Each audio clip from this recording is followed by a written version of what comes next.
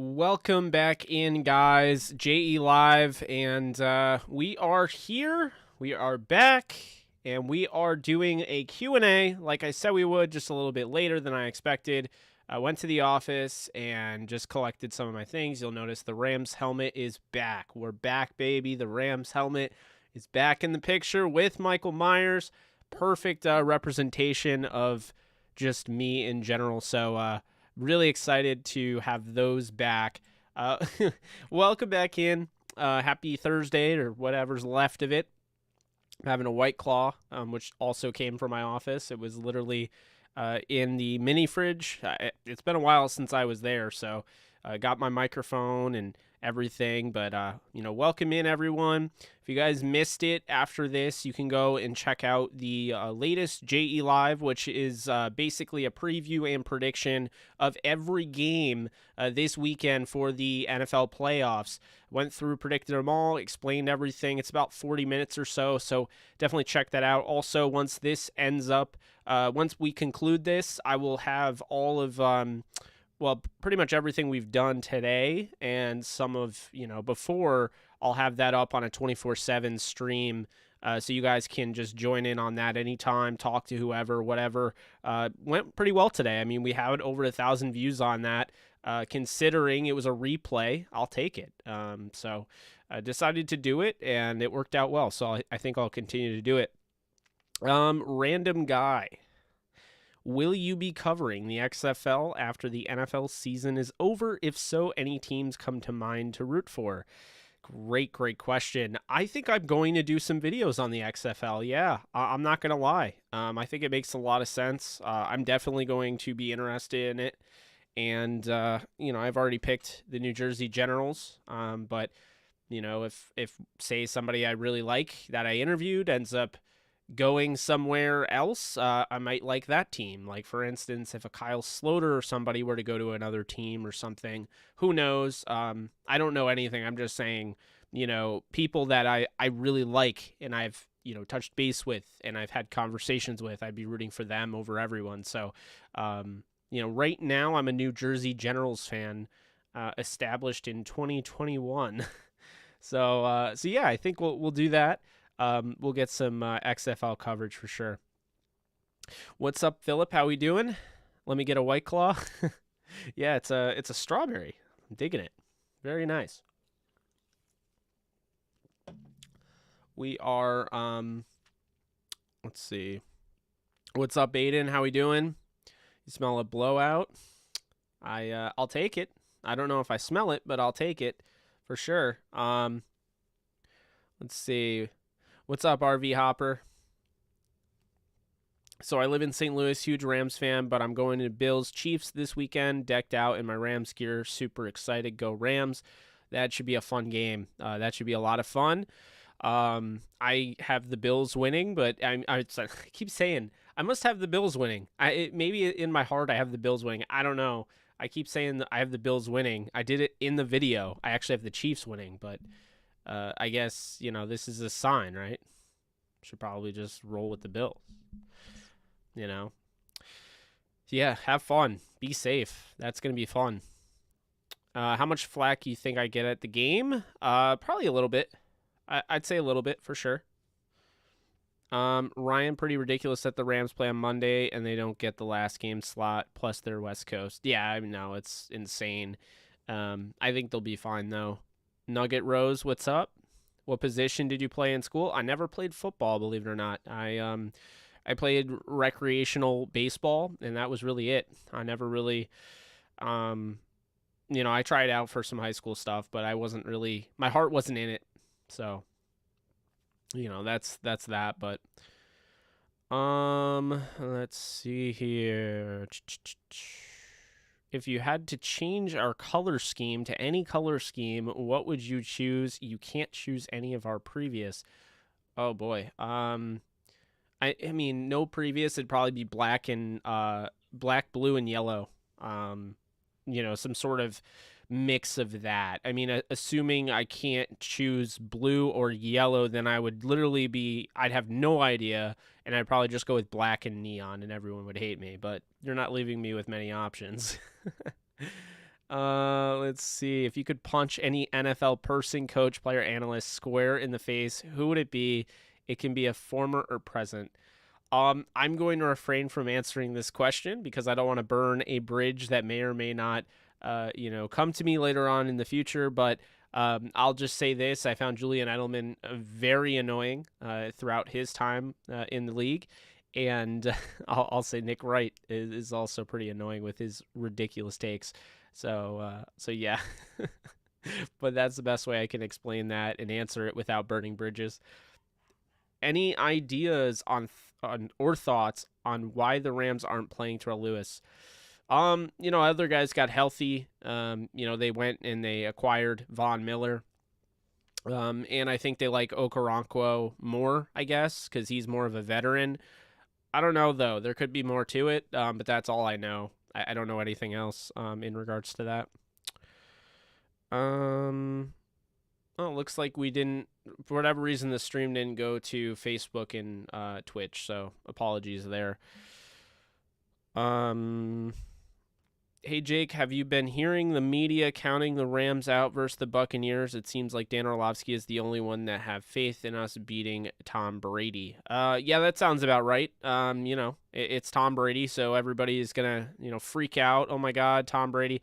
What it comes down to is this. The Rams have beaten him the last 2 times, and if, playoff Brady comes in and just is absolutely different, then sure, okay, fine, deserves it. But we can't just assume that Tom Brady, because he's in the playoffs and has, it's not like he's never lost before. I mean, he's lost before and he's lost to Von Miller. And, I just think that people that are basically moving the goalposts and, trying to, make the Rams look bad and things like that. I mean, they just don't get it. And, that's that. I mean, I think over time, I think people will start to realize, okay, I slept on this team. That was not very smart, but I did sleep on this team.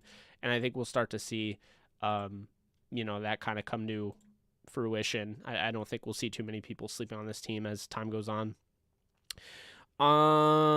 Let's see here.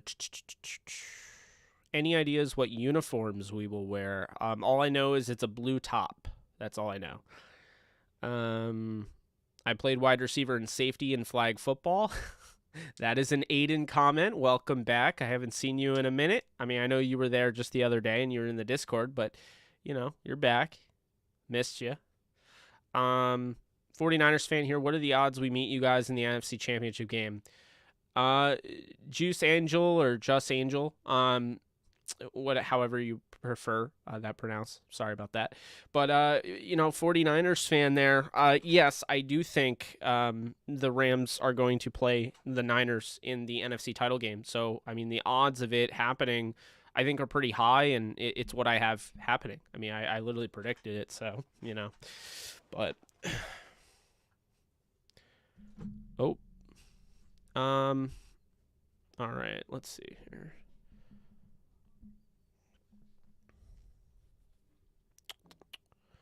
Trying to...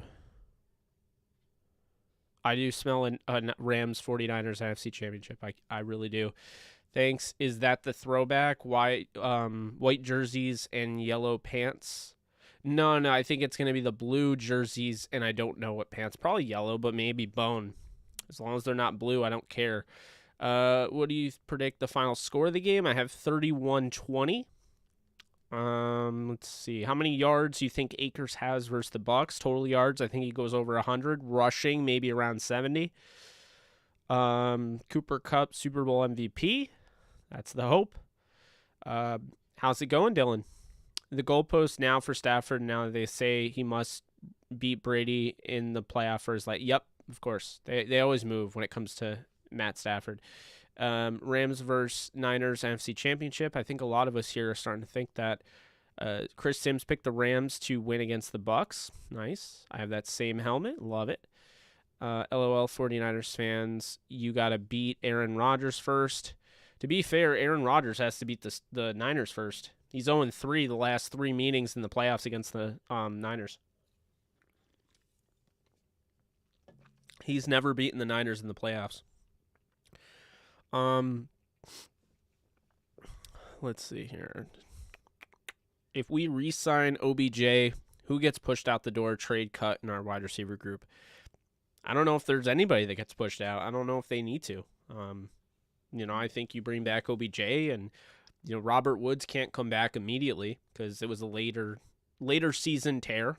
So it'll take time with him, but no, I think they'll have everybody. If they bring back OBJ, I think they're doing that to bring back everybody because the offense hasn't been the same without Woods. So I don't think that they're just going to up and get rid of him, despite what others might think there. Let's see. 49ers fan here. On a scale of 1 to 100, what are the chances we meet you guys in the NFC Championship game? Probably say 80 out of, okay, I'd say 80 out of 100. I'm very confident the Niners are going to win. I just have this feeling, man, the way they're playing, they were a lot better than Dallas. That game could have been an absolute blowout. And, I think the Packers, they're getting healthy, but I think the big thing here is that what people aren't, keeping in mind is the Packers did not play the first week. I could see them coming out flat. The Niners can, they have what it takes to pretty much destroy anybody and beat anybody. And, it's very simple. They have Deebo Samuel and they have Elijah Mitchell that can carry the rock. They have a run game, a run blocking scheme and, an offensive line that allows you to do that. And the best way to beat Aaron Rodgers is keep him off the field. And so, that's kind of where I tend to lean is that, the Niners, as long as they continue to do what they're doing, there's a good chance that they're going to beat the Packers just by keeping Rodgers on the sideline. I mean, just think about this, okay? When the Rams played the 49ers week 18, Matthew Stafford legitimately did not get on the field for, I think, it wasn't even 3 minutes, in that third quarter. I mean, they dominated the third quarter. So, I think that's really the recipe for success for the Niners, and I think they're going to do it. I think they're going to win it. We'll see, but keep this in mind. Matt LaFleur runs a similar style offense to Sean McVay, and they have plenty of experience trying to stop Sean McVay's offense. So the defense is playing well. Offense is able to run the ball. As long as they don't neutralize Deebo Samuel themselves, they're going to be in really good shape, I would say. Let's see. Okay. I'm trying to...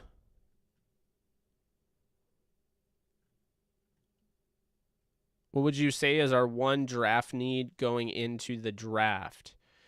Ryan, good question. I mean, I think it really depends on who they bring back. I mean, right now we don't know if Winopum will be back or Corbett or any of those guys. So, it really depends on that. But if they do decide to bring back Noteboom, then they don't technically have to go after a tackle. They could look at an interior guy. And if that's the case, then... say they bring back Allen and they feel good about what they have in Coleman Shelton and, other guys there, then they don't take the chance of going after those guys. They bring back Edwards, things like that. And then you really look, the defensive line looks good. Everybody's signed, through that contract. I mean, they still have Greg Gaines, I think, for another year. So, that's the thing there. They might want to extend him. Sebastian Joseph Day, I think, is the only one that's under that won't be under contract. So it's whether or not you're going to keep him. And then you have the edge defenders who, it's Von Miller at that point, who you probably want to re-sign if you can. If not, you do have Terrell Lewis. You do have Okoronkwo about to become a free agent, so you have to make that decision. Justin Hollins is still under contract, as well as Leonard Floyd. And then the linebacker room, things are a little murky there. Do you extend Traven Howard? Do you extend Troy Reader? How does that work? Ernest Jones is obviously the future, but, what comes after that? Then at the defensive back spot, I mean, obviously Ramsey, you're good, but then Darius Williams, he's somebody that, he is a free agent and they have to make a tough decision on him and they have to evaluate whether, David Long is where they expect him to be and, Robert Rochelle is where he needs to be and, Dante Dion and guys like that. And I think they'll ultimately make their decision based on that. And then safety, I mean, they're pretty good at safety right now. They have Rapp, they have Burgess, they have Fuller. And then, you're talking about, maybe bringing back Weddle another year as a veteran presence. To me, I think this is a 1 year and not even a year, but kind of a one-time thing where I think he is trying to win a Super Bowl and then he'll be fine. If they win, he'll probably retire, but who knows? Maybe he does come back. So there's a lot here. The Rams don't have a ton of needs, to be honest with you. If they bring back their offensive line, I feel pretty good about them. Sebastian Joseph Day, Darius Williams. I mean, they could really bring the band back together with some restructures. They want to, obviously extend Stafford. So I look at it, and with that said, I think you have a chance to be in a position to pick best player available. Maybe not entirely like if the best player is a quarterback. I don't know if I'm picking a quarterback, but truly best player available. Maybe if you find a tight end that can, supplant what Johnny Munt is doing as a blocker, maybe you go and you get him. So I think there's a lot of options. The Rams are in a good position. And, I think the irony here is that everyone is like, what are the Rams going to do? They're screwed long term. And all I see is the fact, look, the Rams are far beyond screwed long term because they have avenues to bring all these guys back if they want, do a Tampa Bay Buccaneers. And on top of it, they have all those draft picks. They still have plenty of draft picks because of all the, the compensatory that they're going to get. And I just look at it and I'm like, well, they get compensatory picks and things like that. It's like, who do they really need? What do they really need? So they'll be in position to really pick best player available. I mean, if they bring everybody back, if they don't, then they'll have their option to go out and get interior offensive line help, tackle help, defensive line help, things like that. Maybe a corner. Personally, I would probably go best player available. There's not anybody that I'm truly looking at right now. I haven't gotten into the draft yet, but Alexis and I are hard at work and trying to nail down some interviews for the podcast. So, be sure to tune in for those. We'll have those coming after the Super Bowl. So, regardless of what happens, just remember that we're going to take good care of you this offseason. We're going to take good care of you during the draft process. And just be sure, if you haven't already, be sure to check out the Downtown Rams podcast. I mean, we strive to be the number one Rams podcast out there, but we strive to do more than just cover the Rams, just add, a little bit, extra layers in there, in regards to the draft and, things along that nature. So, interviews will be aplenty this year. We're excited about it. We have, a few players that are already confirmed. So we're going to try to get some bigger players. We'll see, but maybe even some actors that are fans of the Rams. We're just going to continue to try to grow that out, but be sure to subscribe to Downtown Rams, the podcast on either, any of your platforms. It's on YouTube, obviously it's on this channel, but if you like just audio, it's in Apple Podcasts, it's in Spotify, any of those. So be sure to check that out. We got a lot of fun stuff coming for you. That's kind of the long answer to that. I would say best player available, but I'd be very intrigued at corner, seeing who's there, and also linebacker. I think the Rams are finally in a really good position where if they wanted to, they could draft another linebacker, not like a Micah Parsons because they don't have a first-round pick, but, they could get a guy, James Laurinaitis was a second-round pick. I mean, they could get a guy like that. They already have Ernest Jones, so it's really up to them, but, they're in a good position right now. They could just draft a pass rusher. If Von Miller goes, I would draft a pass rusher. If Odell goes, I would draft a receiver. It sounds weird, but just with everything going on, they've kind of put themselves in this position where they have multiple avenues they can go if they bring back the right guys. So, guys, I don't know why, but everyone's panicking about the Rams. Not everyone, Rams fans are, but, the media is trying to make you feel like the Rams are done and they're screwed and all this, but all I see is just a very good future moving forward. They didn't burn down anything, and regardless of the outcome this year, and I'm hoping it's a Super Bowl, but regardless, they're going to be ready to compete next year and be a top team. I truly believe that. But with all if you guys didn't know, with all of the restructures and everything, you're looking at probably around 70 plus million in cap space if they do all their base salary restructures. There's not a guarantee that Whitworth either retires or comes back, so there's also that too. If Whitworth comes back, then you have your guy at left tackle. If he doesn't, then Noteboom's probably the guy, but I do think that it's almost kind of weird how, if he does come back, it puts them in a weird situation there with Noteboom, who's probably going to want to go be a starter. Just look at Orlando Brown. That guy was a left tackle for the Ravens when Ronnie Stanley goes down. And then Brown wanted to be a left tackle so bad that when Stanley came back and they said that he was moving to right tackle again, he was like, nope, trade me. And so he got traded to the Chiefs because of it. So there are guys that literally don't even want to play a certain position and still have a starting job.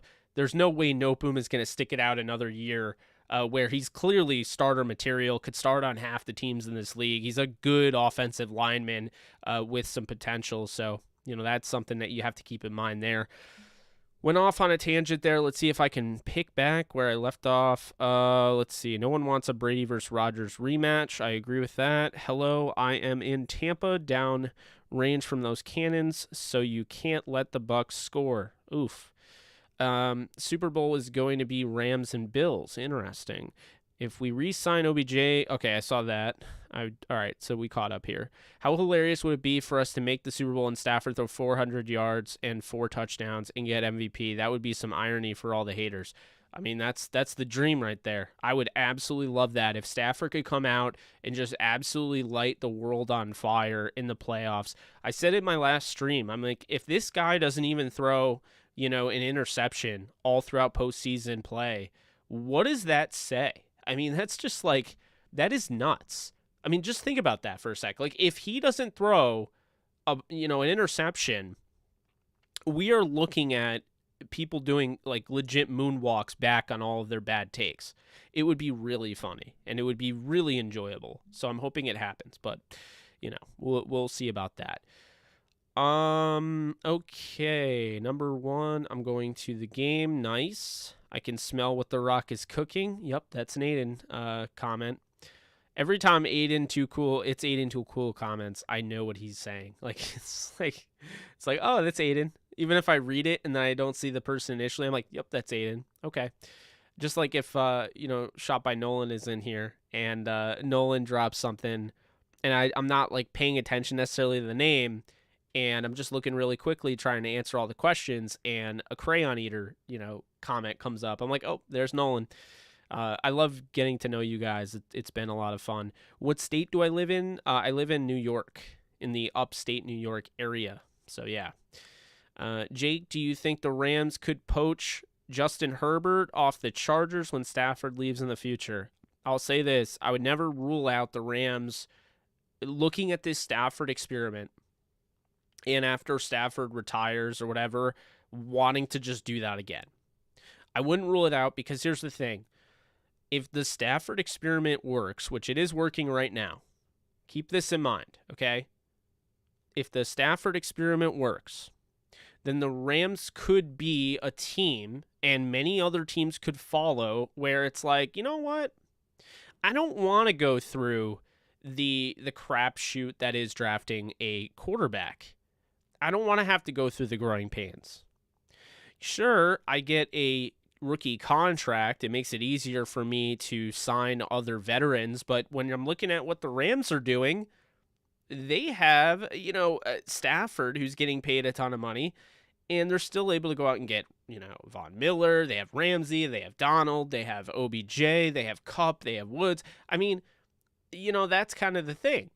And so I think teams might follow that pattern as well. I want to go out and get a Matt Ryan, a Matthew Stafford, a quarterback that may be in that second tier, but if given the opportunity to succeed and have a defense that will actually give him some support, have a chance to also be in that top tier. And while Stafford isn't, an elite quarterback, say all time, he's not necessarily a first ballot Hall of Famer yet. But giving this opportunity to him led to, growth and opportunity, and more chances. And so with Stafford, this could start a whole new era of football where you're dealing with teams now deciding, you know what? I'm not going to draft a Trevor Lawrence. I'm not going to draft a Mac Jones. I'm not going to draft a Trey Lance. I'm not going to do it. I'm not going to go through the waiting and the waiting and the waiting. I'm going to go and get a guy that I know can win now. I have an offensive mind that can handle this, and I have a defense that's ready to win. I'm not going to waste all these guys' prime just to get this guy developed. And I do think that could be coming because, let's be honest here, this draft class does not overly impress me at quarterback. Now that could change. I haven't, really dove into it yet, but I like Ritter. I think Kenny Pickett has some tools I like. Carson Strong is pretty solid, but no, Malik Willis, guys like that, but none of these guys are like watching Trey Lance to me. I mean, I felt like Lance was by far, my favorite prospect that I have scouted, period. None of these guys is like watching Carson Wentz. None of these guys is like even Jared Goff. I mean, that's the thing. And so is this going to be, what happens moving forward? I mean, for every Bryce Young, who should go number 1 overall when he comes out, and probably would this year if he wanted to come out, for every one of those, there is a guy like, say, Christian Hackenberg. And to me, as a general manager, I just feel like your job is on the line. You're put in such a tough position where, yes, it puts you in a risky spot because you're going out, you're giving up draft picks, draft capital to get an established player. And if the player doesn't work out, then it looks even worse. But most of the time, that will pan out because it makes sense. Stafford can play in this league. We know that. Matt Ryan can play in this league. We know that. I'm really curious to see if Matt Ryan gets an opportunity to start for a team with an offensive line and weapons just comparable to the Falcons, with a decent running game and a defense that'll give him, even if they give up 24 a game, like would Matt Ryan be in the playoffs right now? You bet your ass he would, and there are quarterbacks like that. So, yeah, I mean, even, like right now, I'm not saying a guy like Teddy Bridgewater is somebody I'm trading 2 firsts for or anything like that. You got to get a Stafford. You got to get a Matt Ryan. You got to get, a gunslinger, somebody that can really, can bail you out of tough situations, but can also manage the game. Like Stafford can take a step back as great as he is.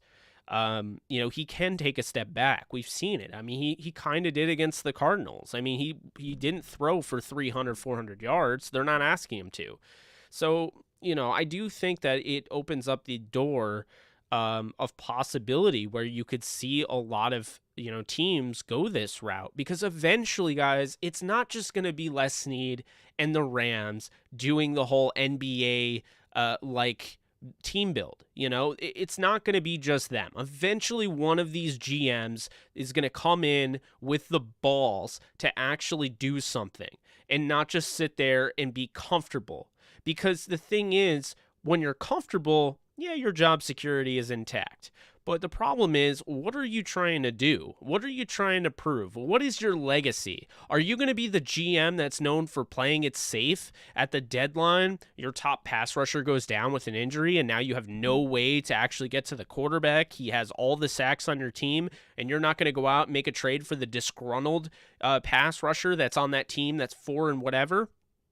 Come on. And that's the thing. So eventually, the Rams and what they've done with Les Snead and Sean McVay and Tony Pastors, what they have done going out and getting taking advantage of teams that just flat out suck. I mean, let's just call it like it is. The Jaguars were run so poorly that they literally took an AFC championship team and a team that probably should have gone to the Super Bowl that year, and they demolished them overnight in the worst way.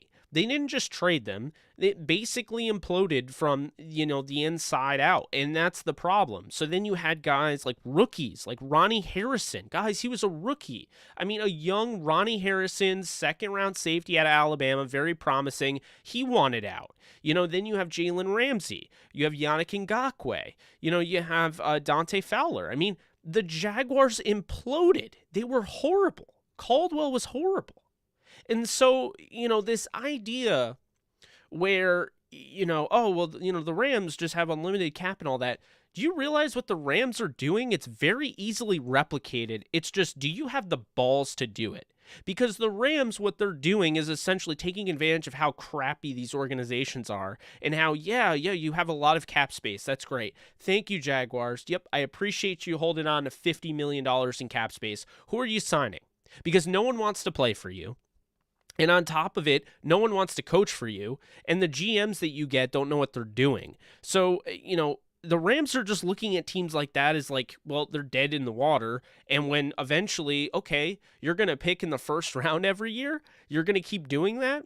Okay, well, when you get those players and we're sitting over here winning football games and we need that one guy and you have that one guy who you've pissed off, we're just going to go get him for a reduced rate. Because yes, guys, that's what I'm saying. Jalen Ramsey may have cost 2 first-round picks and another pick, but that was a reduced rate. Jalen Ramsey never should have been traded. You're not going to even be able to acquire him in a video game. If you tried to acquire him in Madden, the GM, the AI GM would say absolutely not. It would not happen. So here's the thing.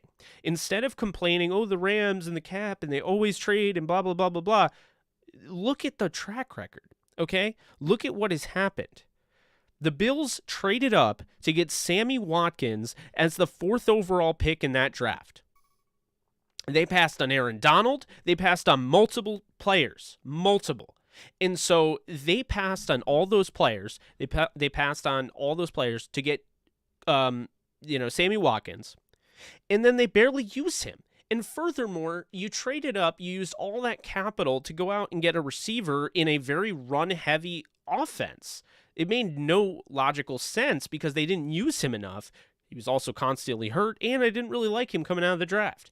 But the Rams saw opportunity there because what they saw was a guy that had potential, was used in a run-heavy scheme, which actually could be a beneficial thing because in Sean McVay's offense, he needs a blocker. So Sammy Watkins, having a lot of experience blocking in the run game, oh, let's go and trade for Sammy Watkins since they don't want him, and we'll give you E.J. Gaines at a second-round pick. Now we have a first-round pick, first-round wide receiver that you drafted, and we just traded away a corner that wasn't going to make the team and a 6th-round pick, and a 2nd-round pick. Okay, whatever. And Sammy Watkins, did he pan out? I mean, not entirely, but he also had some moments, in that season where he was relied upon. He had a role. And furthermore, it's not just that. It's not just Sammy Watkins. Look at Brandon Cooks. I love what the Patriots have done. I love Bill Belichick. I respect the hell out of him.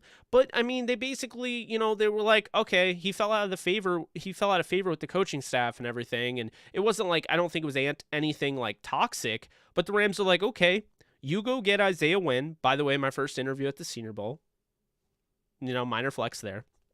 Love that guy. You go get Isaiah Wynn. You go get your tackle of the future, 23rd overall, and we'll take Brandon Cooks off your hands because we lost Sammy Watkins. We weren't going to pay Sammy Watkins. He tried to play hardball with us in the negotiations. So we'll just let him go to Kansas City and we'll go get Brandon Cooks. And that's what they did. They go out and they get Brandon Cooks. And Cooks, he was a model of consistency. The only reason they traded him away is because he became a paperweight because Jared Goff couldn't throw the deep ball anymore.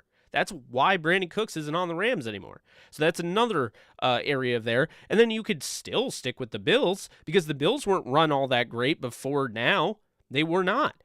It's not just Sammy Watkins. Oh, I mean, they're also the same team that traded away Wyatt Teller, a 5th-round pick, who's one of the best, basically, one of the best guards in football. If you guys didn't know this, the Bills just pushed him out of the roster.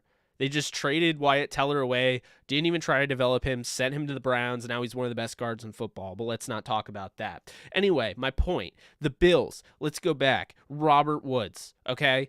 This guy, 2nd-round pick out of USC, loved him coming out of the draft, and here's the thing.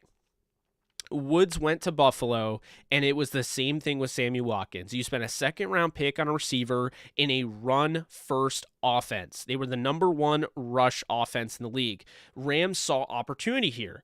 They were able, because he didn't have the statistical output as other receivers, they were able to get him for $8 million a year as a guy that was 24 years old. And furthermore, he fit their scheme so well because he was constantly, once again, you guessed it, blocking because they were constantly running the football. So when they saw him go up against Seattle on Monday night, or I'm assuming, and other teams, when he finally had to step up for them, when they finally had to throw the ball down the field, he actually made things happen. Robert Woods, it's why he's one of the best signings I've ever seen. It's one of the best signings, period. You got a guy, a 24-year-old, that literally does everything you could ever ask for at the wide receiver position, and basically what happened happened was this. You took advantage of the fact that the team that drafted him didn't know how to use him, and used him in a way that basically didn't maximize his value.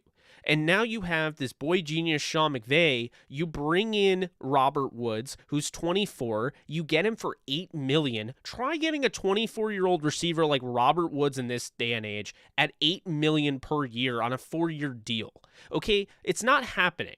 It's simply not happening. That's one of the best moves of the entire organization and in their entire history. That is an incredible move. It's the reason they went to the Super Bowl. It's the reason they continue to win in the playoffs despite losing Cooper Kupp. He's playing his first ever divisional round football game this week.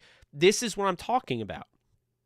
So we talked about Sammy Watkins. We talked about Brandon Cooks. We talked about Robert Woods. Let's just stick with the receiver room. Why not, right? How about that? Let's just stick with the receiver room. Odell. The Browns.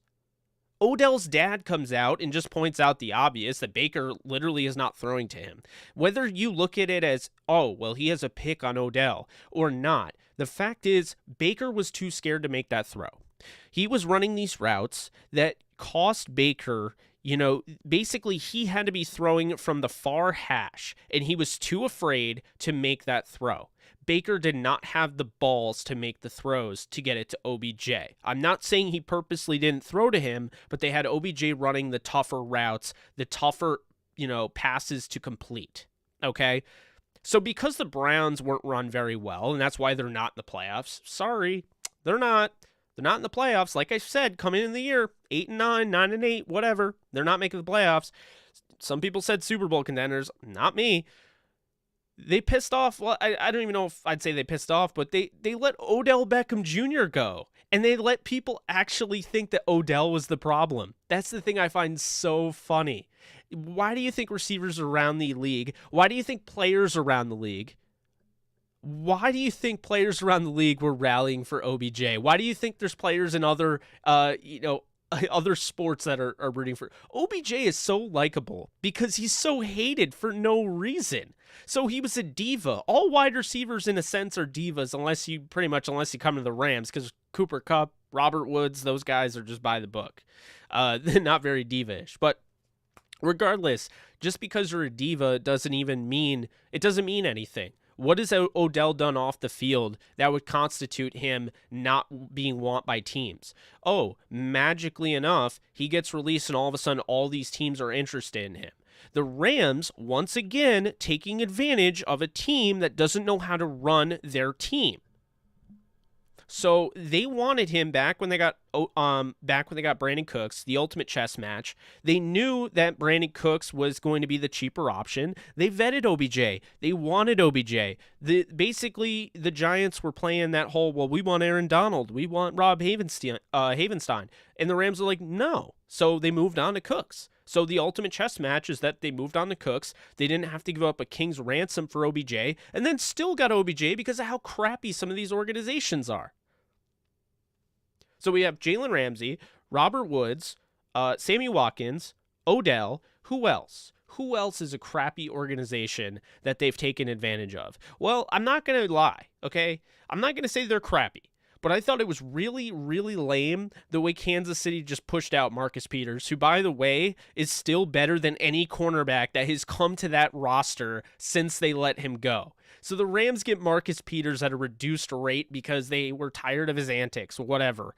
They have literally Tyreek Hill, and I don't have to tell you about his off-the-field stuff. By the way, Marcus Peters has never had an off-the-field issue. It's been on the field, and they don't like his attitude, and they don't like his personality. They don't like, they'll never mention that this is the guy that's doing the coat drives and things like that, as Eric Berry pointed out. So once again, the Rams, they take a look, and they're like, oh, well, this guy can play corner. He gets a ton of interceptions. He's a pick-six genius. He's a king, whatever. Let's go out and get him. And the Rams got him. A disgruntled veteran coming from a situation where, I don't really know what the Chiefs were doing getting rid of him, but they did. They did. So the Rams end up going to the Super Bowl with Marcus Peters. And that's what I'm talking about. That's what I'm talking about. The Rams could not have done all of this. They could not have done all of this. Stop saying it's all McVay and Snead. Yes, they're doing that, but it also takes the stupid teams in this league. The reason why you're at home watching these teams on TV in the postseason and you're not in it. Because you don't know how to run an organization. And constantly, it's like a wheel over and over and over again. You're doing the same stupid shit. That's why Odell becomes available. That's why Dante Fowler Jr., the Rams needed a pass rusher after the Packers game. They barely beat the Packers. I was at that game in LA. It was the 2018 season. The Rams knew they needed a pass rusher. And so, of course, because somehow the freaking Jaguars went from, again, almost being in the Super Bowl to imploding, they were able to take advantage of that whole thing with David Caldwell and Tom Coughlin, and they went and they traded for Dante Fowler Jr., and he was absolutely worth it. They got a former third overall pick in his draft that tore his ACL early on in his career, came back, and was absolutely lethal when it came to the postseason. You know, there are teams that wouldn't touch Ndamukong Suh because of his, antics on the field. Dude is a saint off the field. Don't want to hear anybody else hate on him, but he was amazing in the postseason for the Rams. Big reason why they went to the Super Bowl. So, look, there it is. All those guys, all of them, okay? This is why. And on top of it, I think the Ravens are run well, but I'm going to throw a shade at the Ravens for a second. Can you imagine when the Ravens were having all of these guys go down with injury? Can you imagine if they had Darius Williams? They did, by the way. They had a UDFA out of UAB who killed it in the preseason. They knew he was going to be good. They knew it. And what happened? Well, Jimmy Smith, we got to find a way to get him on the roster. So they let him go. They let him go, and then they tried to sneak him on the practice squad, and they acted like the Rams with their pro scouts don't know what they're doing. And the Rams are like, nope. Same thing happened to Marquis Christian back with Arizona.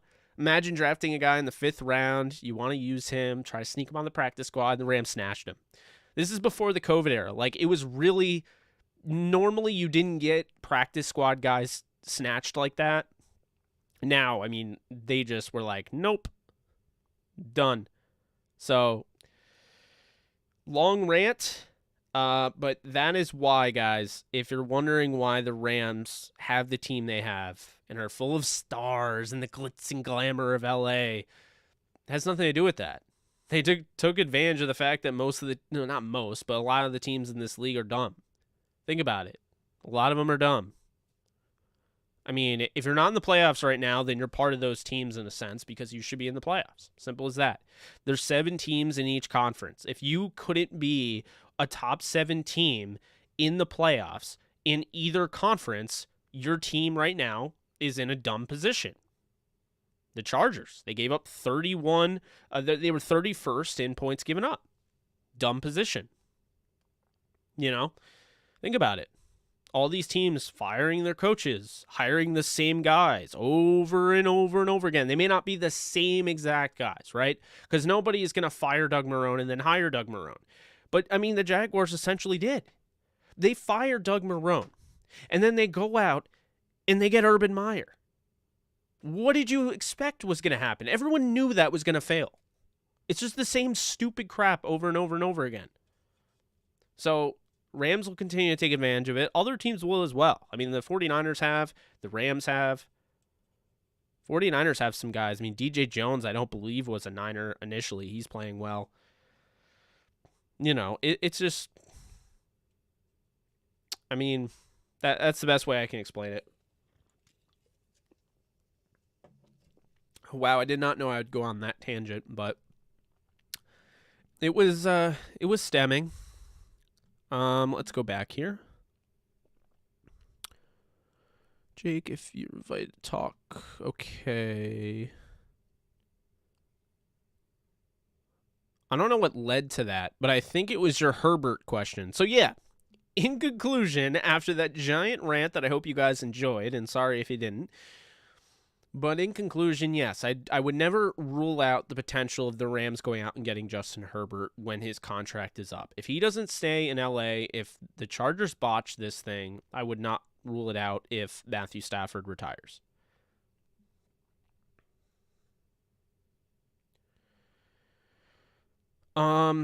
Okay.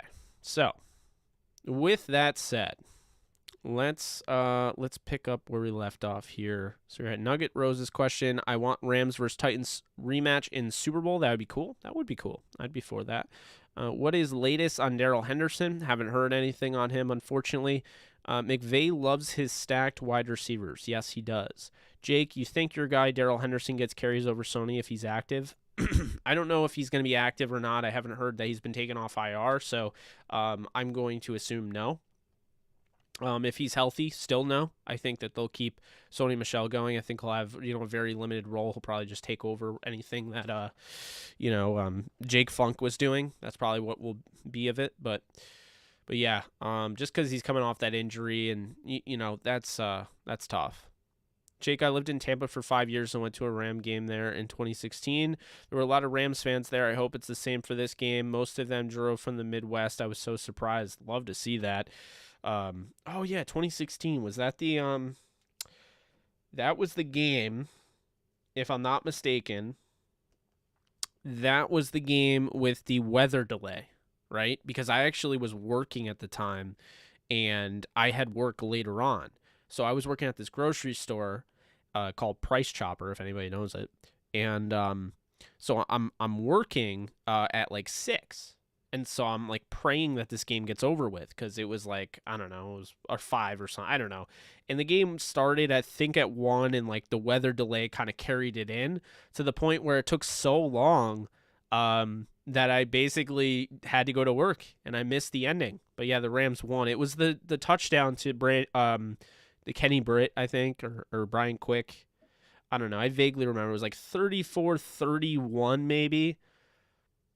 I don't I don't remember exactly, but I think I'm right to a degree. So, hey Jake, if you was invited to go on set to talk Rams football, who will you rather debate? Stephen A. Smith, Skip Bayless, or Nick Wright?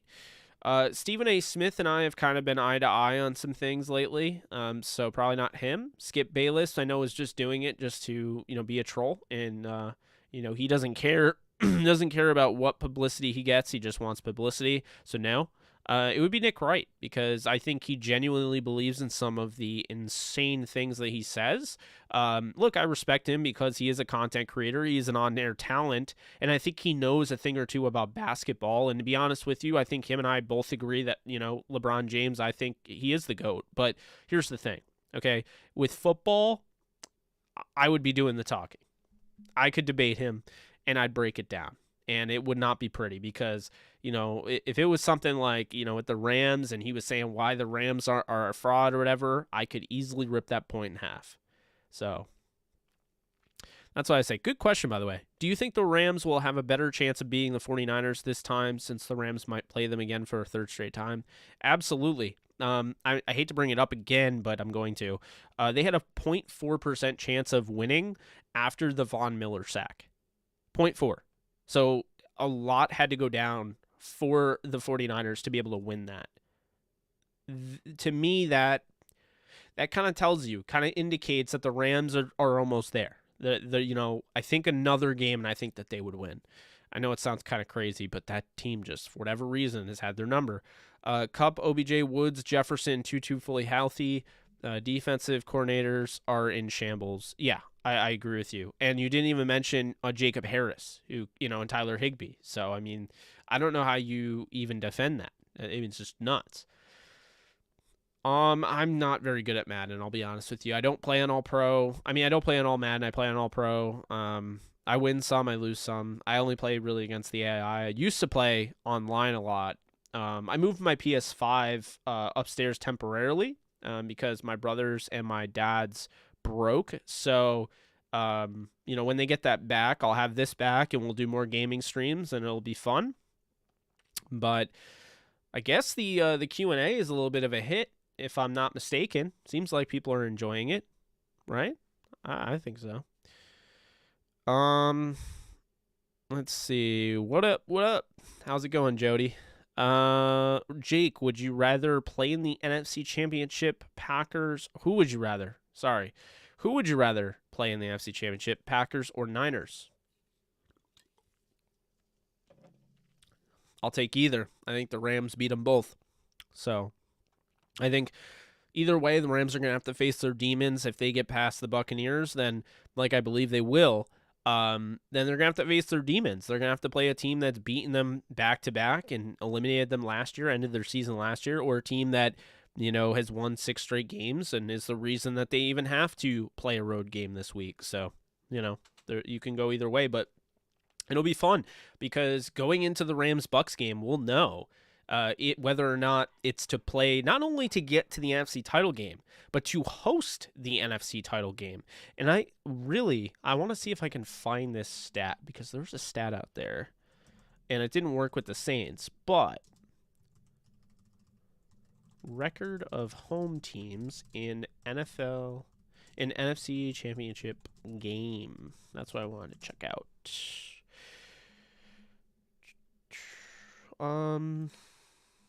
Let's see. How much does home field advantage really matter? This was written in 2012, so probably not current. As a matter of fact, it's not going to be current. Let's see.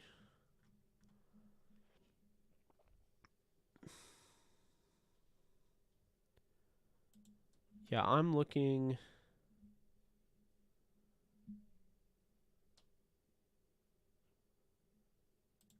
Oh, here it is. Okay. So 7 years ago, I could probably calculate this out. Now that I know it was 7 years ago. So let me see if I can do that. Just bear with me one sec. We're doing math on this channel. I'm not super happy about it, but it is what it is, right? NFL playoffs.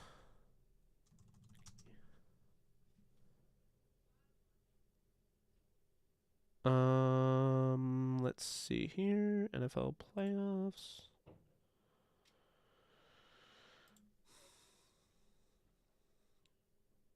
It doesn't say when. It's a Reddit thing though. That's the thing. Okay, it says with a winning percentage of 64.58%. Home teams have fared well in these championship games. The last time both home teams won both championship games was last year. Seattle and Denver both getting victories. This is back in what? I can't do math. 2015. You have to go a little further back to see a season where both road teams won the championship games, all the way back to the 2012 season when the 49ers and Ravens overcame home crowds to go to the Super Bowl. The home record in conference championship games, as you could assume, is a lot worse than home playoff records. Home playoff records for every other playoff game in the Super Bowl era. Home teams have a combined record of 218 and 101 in non-conference title playoff games, for a winning percentage of 68.34%. So home teams in conference championship games have won minus 4% few games than any other home playoff games. None of this has any bearing to the games coming up, but I thought it was fun to see. Okay, so I just noticed that. Man, I wish there were just stats I could just throw in there. I know StatMuse is awesome with player stats, but they don't have those stats, and I wish they did. I'm going to check it out anyway, though. 2021.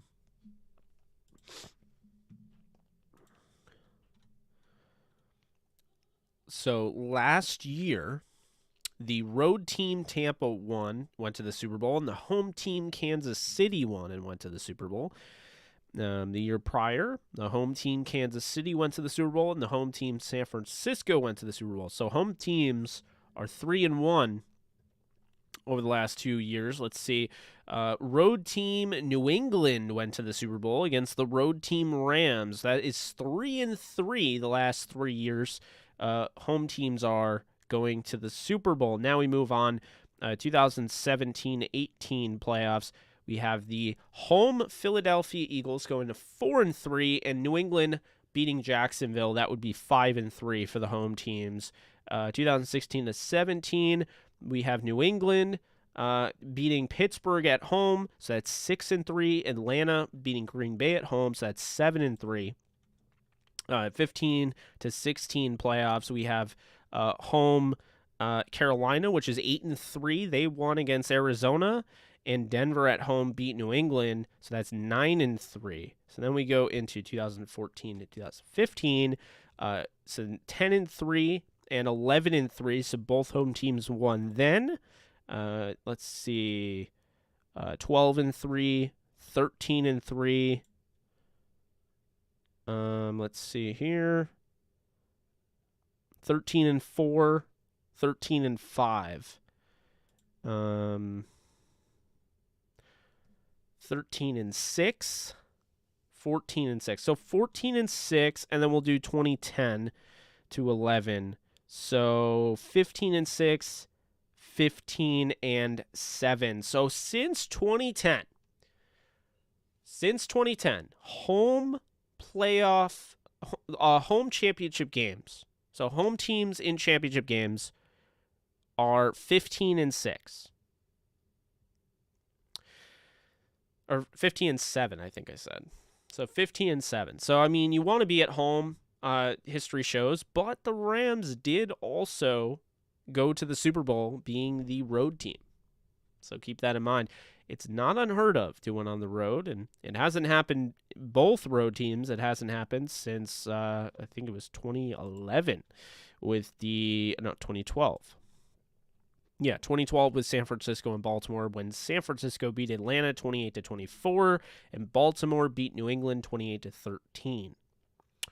So, the more you know.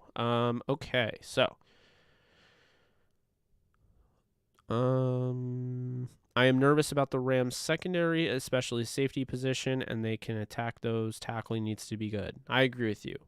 Preferably, who would you want the Rams to play in the NFC Championship game? 49ers or Packers? I'd take either or. I think they can beat them both. If we play the Niners, I feel like that's going to be one we win, and the last 3 years don't mean ish. Yep, you would be right on that. Mainstream media, Matthew Stafford can't win a playoff game.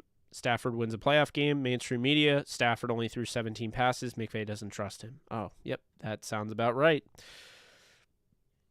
That sounds about right.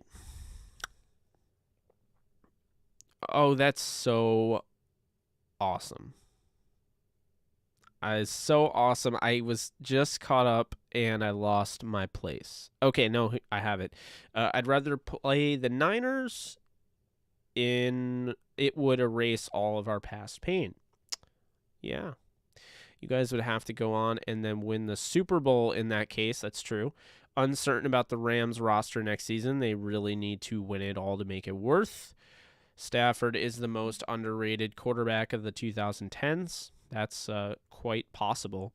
I believe it will happen. Rams got to bring back OBJ. Media has been bashing the Rams the whole year, yet they've been shoving W in their face. I agree with you, Jody. Put up or shut up with a game like that. Wish the Rams could draft my guy Tyler Linderbaum at center. Yeah, he looks really good, and I love Iowa guys, so all for it. Smash the like button for Jake. Yes, please do. I think right now we are at, let's see here.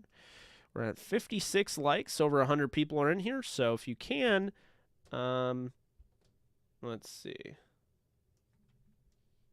Yeah, if you can, be sure to hit the like button, thumbs up. It'll show a thumbs up if you're on a computer, if you're on a TV, or, I don't know how to do it on a TV, to be honest with you. Appreciate you guys, by the way, that, look at this as a TV show. I'm glad. But yeah, on your phone, there should be a thumbs up thing. If you have to collapse the comment section, you could do that real quick and then just hit the thumbs up. It really does help. And it sends people this way. So it's just, it's awesome all around. Let's see here.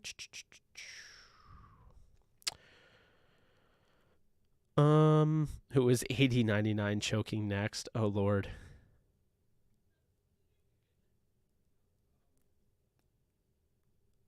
I'm trying to find my spot. Cup, Woods, and OBJ all playing at once would be sick. That is the dream. Totally agree with you there. I would rather the Rams play Green Bay other than the Niners. Godwin and Adams will be a free agent this offseason. Bucks fans do be real scared, though. Hope they play each other hard if that's the case. Get Big Wit his ring. Are you ready for all the BS flags out pass rushers are going to get Sunday? Yeah, right. Oh boy, not looking forward to that. Who are we rooting for on Saturday? I'm not rooting for the Niners. I'll root for the Packers because the Niners are the rival of my favorite team. And I do, to a degree, I do respect the Packers. I do somewhat like them. And, I really do like Aaron Rodgers, so I have no issue rooting for them. But not against the Rams, obviously. But, yeah, I think the Rams can beat either team, so I'm not too worried. I would just not root again. I would not root for the 49ers to get to one game away from being in the Super Bowl. I just can't do that. Jake, just wanted to say that I love your content, and I get excited every time I see you post. Thank you, Jack. I appreciate that. Makes my day. I love doing it, and I'm glad I'm doing the Q&As now. I mean, this is, technically part of my full-time job, so, I love it. I love doing it. In your opinion, who's the best coach left in the playoffs? The best coach left in the playoffs, that is a great question. I mean, right now, you got McVay, LaFleur, you have Shanahan, and you have Arians. And then in the AFC, you have McDermott, Reed, and then you have Zach Taylor and Vrabel. I'd probably say Andy Reid. He's won Super Bowls, and, I just think he has the experience. It's hard not to say Andy Reid, honestly. There's a lot of really good coaches. I think Matt LaFleur is somewhat underrated, to be honest with you, because of what he's done. It's kind of minimized in a sense by people because, he has Aaron Rodgers.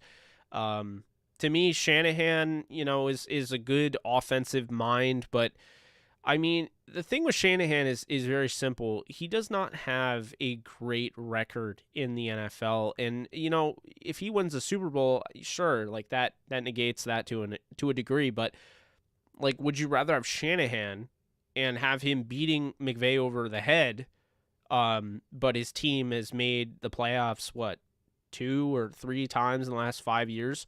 Or would you rather have Sean McVay, whose team has made the playoffs for the last 5 years, and basically, you have that issue with Shanahan, but aside from that, he's a model of consistency, and he's on crazy track, and he's younger, So that's what I would say in that regard. But, I would probably say Andy Reid to answer your question. Great question, by the way. Hey, Jake, how are you? Did you get your sleep? Yeah, so for those of you who don't know, when you first saw me, what was it? I think, so when you first saw me when I was like, not texting, but I was messaging with you guys during the 24/7 stream, I had yet to have gone to sleep. So it's funny. I just kept doing that, and I finally went to bed.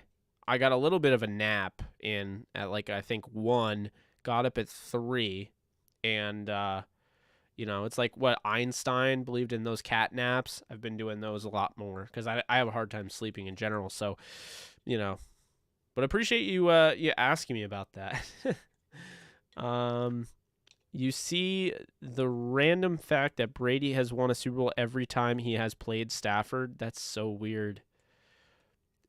Jake, you were right about Afadu Melifonwu. The Lions GM was watching your draft on YouTube. Was he really? But anyway, probably not. But I'm a big fan of Afadu Melifonwu, and he played so well down the stretch when he finally got healthy again. Glad I have him in Dynasty. I can just say that right now. I have an individual defensive player Dynasty league that I do, and I have him for the long haul. I also have Donald, and I also have, a bunch of Rams, so I'm feeling pretty good about that. But better have given Nolan Mod of the Year.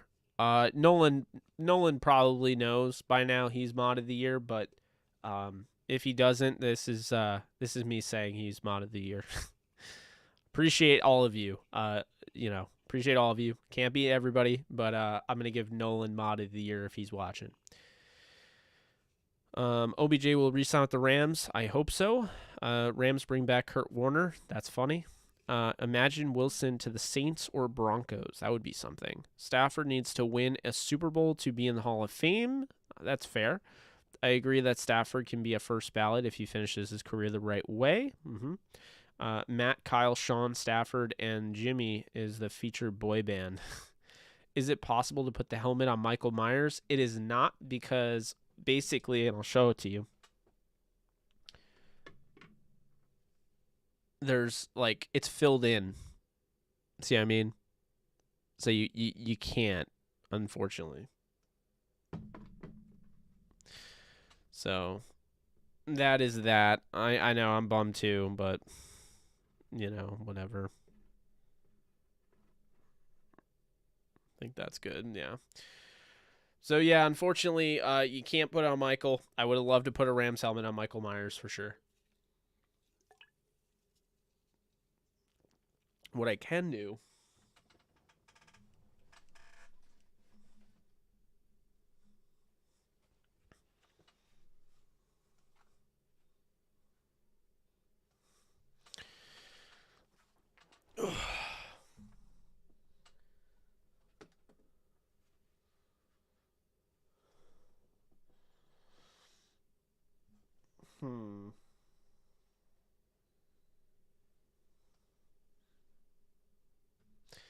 I don't know how that looks, but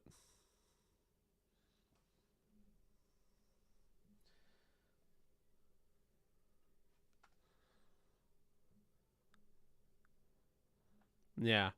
Let's go with that. I can do that. I can do that. Oh man.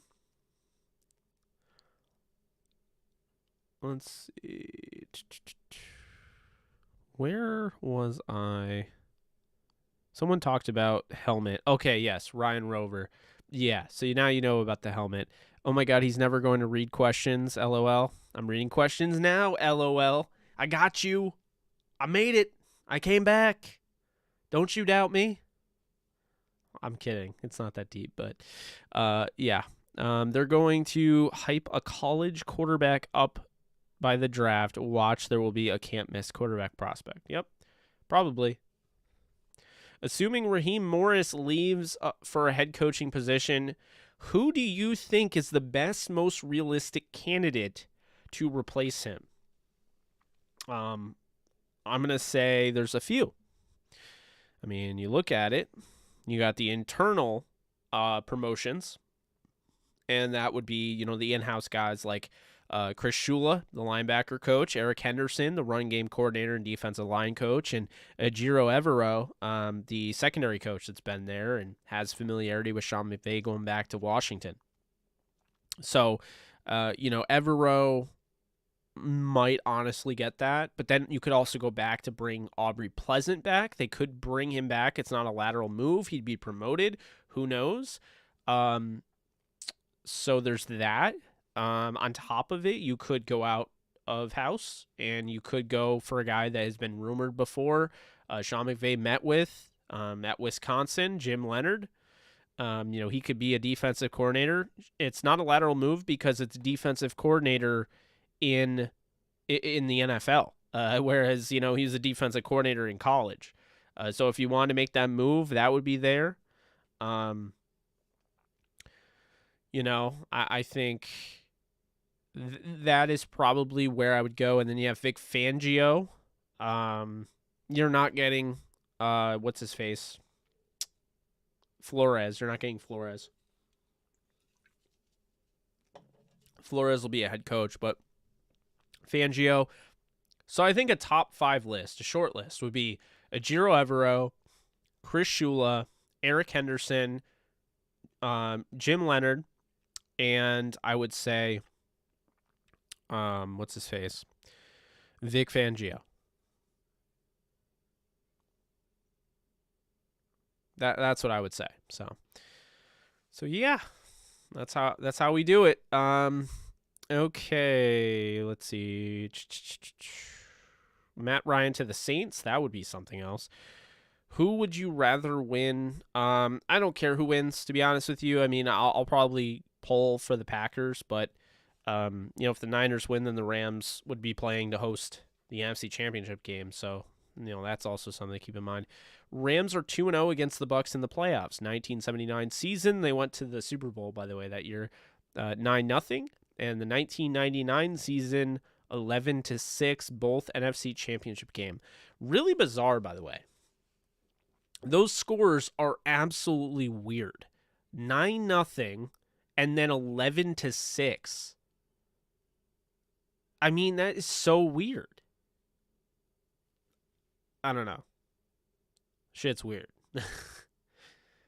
But yeah, they both went to the Super Bowl those years, so that's something to keep in mind. Yo, Jake, I'm going to the game. Make the trip down, my brother.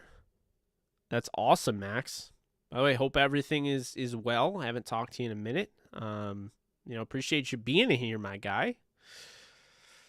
What makes you so confident that the Rams will beat the 49ers if we meet them in the NFC Championship game? Great question. I just think, really, we could do 3 times a charm, but I mean, reality, I do think the Rams are better. I just think, really it's more mental and Sean McVay, and I really just don't. I feel like they needed to lose that game and have that collapse because I don't think they're losing another game the rest of the year. Like, you get that loss out of the way. They would have had to win 9 straight.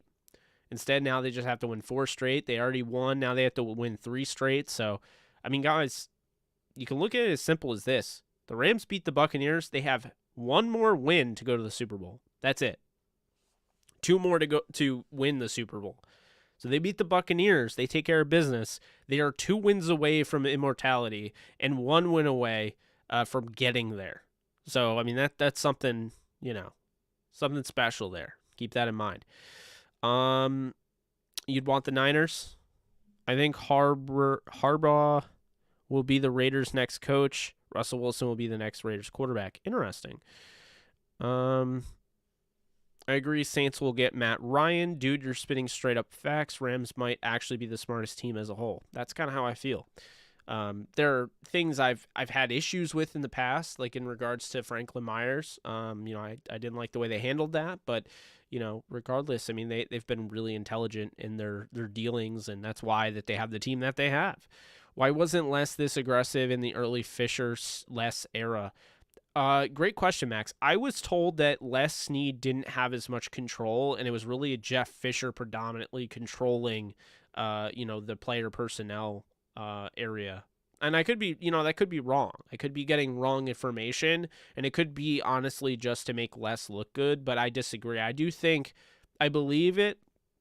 I think when it came to, when it came to Les Snead, I don't think it was just McVay coming there. I think he truly did get held back by Fisher and was able to kind of go, for the jugular with some of the moves he made. So, I think that's why. How about Cordell Patterson to be our version of Deebo Samuel? I mean, he might be available. That's definitely something to keep in mind. Lived in Tampa for 5 years, went to a Rams game there in 2016. There were a lot of Rams fans there. I hope it's the same for this game. Same here, RV Hopper. By the way, member for 9 months. Appreciate you. Paul Charles. Jake, I think Marvin Jones wants out of the Jags. He seems to be upset with the team. Seems legit. If they do lose OBJ, I could see them bringing Marvin Jones in some capacity. We've talked about it before. Makes sense. If the Rams win this Super Bowl, get ready for the McVay era. Just no. I agree.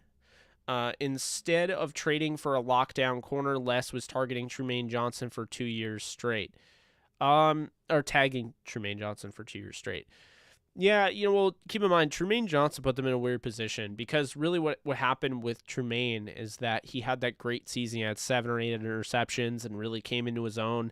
And they really liked him. But, what ended up happening is when they gave him that tag, he didn't live up to it. So, it was just a weird position with him because he waited to have his best year, his contract year. which was unfortunate. But yeah, I hear you there. LOL, when you watch the replay of Jalen Ramsey getting drafted to the Jaguars, his agent seemed so unhappy because he knows how much. Yeah, I know. It's sad, actually, but yeah, I know what you mean. Just popping in to say what up to my favorite YouTuber that talks Rams. Hit the like button, everybody. Get Jake's likes up. Thank you so much, Michael. Really do appreciate your support. I think the best that happened to the Rams was losing to the Niners. That just lit a fire up their arse. I agree, and I've said that. I don't know if they would have won 9 straight, but I feel like it's more realistic to assume they go on a 4-game winning streak. By the way, the Buccaneers have yet to do more than a 4-game winning streak this year, and right now they're on a 4-game winning streak. So, this would be their 5th game, but they have yet to do it at all this season. By the way, also, saw a stat, and I don't know if I'll be able to recover it, but Brady does not do well against teams that he previously lost to in the regular season. So that's worth noting. I'm going to try to find it.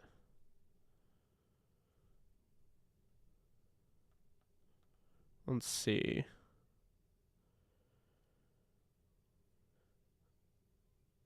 I found Blaine's. Oh boy.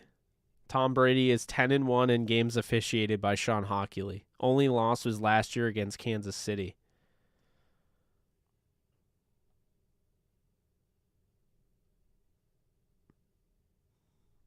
I'm trying to find it. There was something out there. Tom Brady's actual. I texted Blaine, so I'm looking right now on my phone. Tom Brady in playoff revenge games. 5-6 in playoffs against teams that beat him in that season. 30-5 against teams that didn't. Interesting. So he is below 500 against teams that he's lost to previously in the season. I wonder if he would have lost to the Saints again. Who knows? Let's see. I think the best. Okay, yeah. Later Q&A. Yeah, it's a little bit late. Hey Jake, the USC is going to be scary with the new recruits that are transferring from other schools to USC, and they want to play for a new coach. I agree. I think USC is going to be. They're going to have an opportunity now with Lincoln Riley for sure.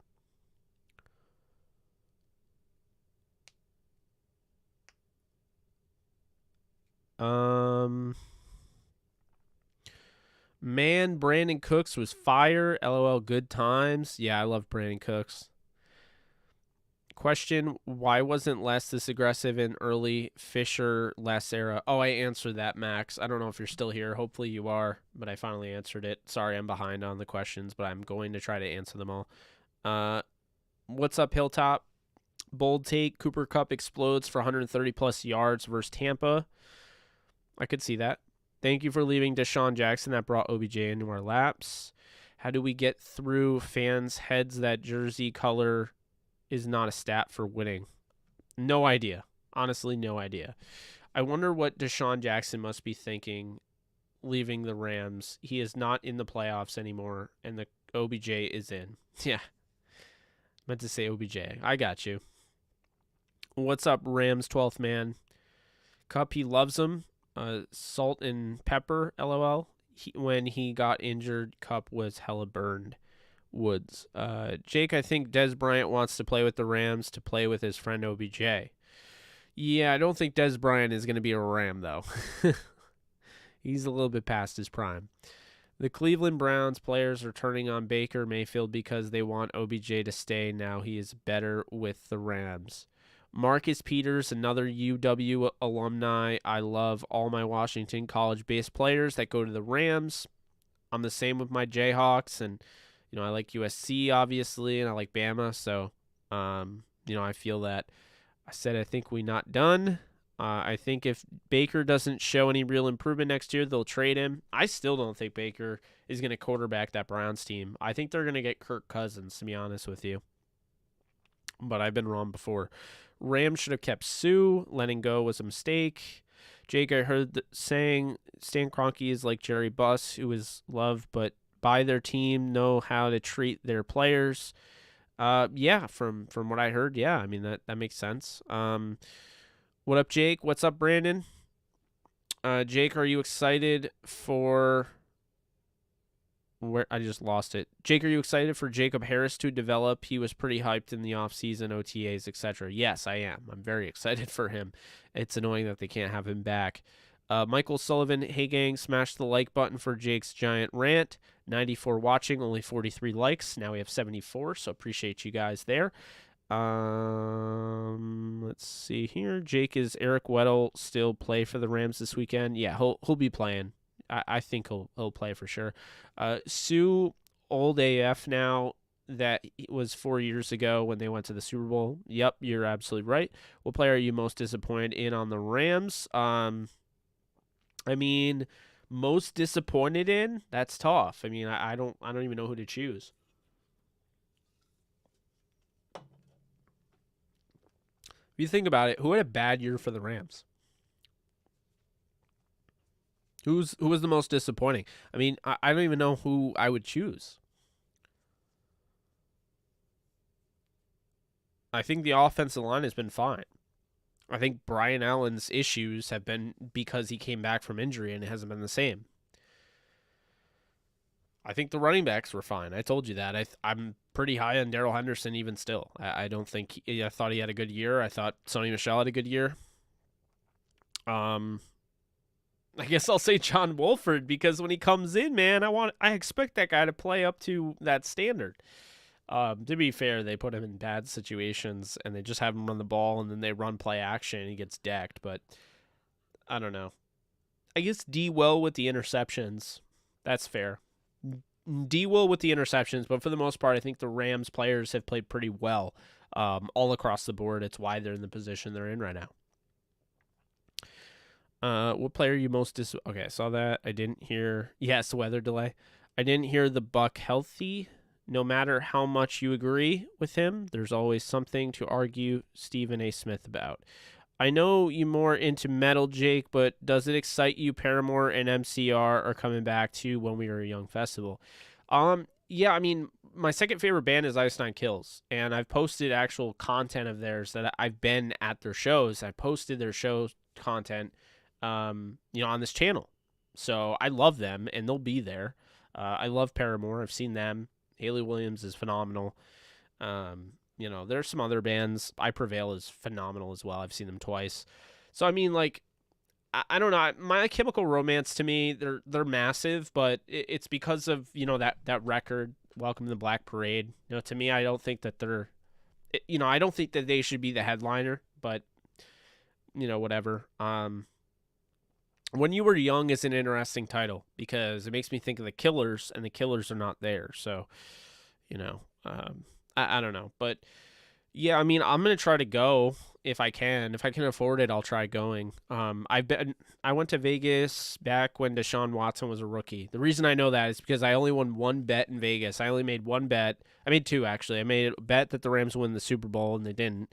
And I made a bet that the Texans and Bengals Thursday night football game would hit the under, and it did. And the reason I picked it is because Tom Savage was at quarterback versus Andy Dalton, and they refused to play Deshaun Watson. And then Savage got hurt. Deshaun Watson came in, and I was like, oh, crap, I'm going to lose this under bet. And I didn't. I still won. I won like $15 at Caesars. So funny story there. But, yeah, I like Vegas. If I can afford it, I'll go. But it has to make sense for me. I'm not going to. And here's the thing. Affording something is way different than actually, like, just doing something. Just doing it is like, all right, I'll just live with the consequences. Affording it is like, I can afford to do that. I can do that and still be able to do this. I can do that and not worry about living paycheck to paycheck. You know what I mean? So, or fewer than paycheck to paycheck. Paychecks to paycheck. But, if I can do it, I'll do it. But it has to make sense for me. Stats aren't the same either. Kurt Warner lost his last Super Bowl, and some clowns said bring him back. Hey, Jake, if the Rams make the Super Bowl, who do you think they face? I think they face the Chiefs, Brandon, but great question there.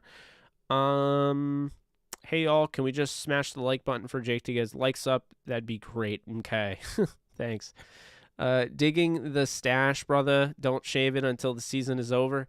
You already know, guys. Like, you see this? Like, this is not going to be shaved until they win the Super Bowl. I've already said it. I told you.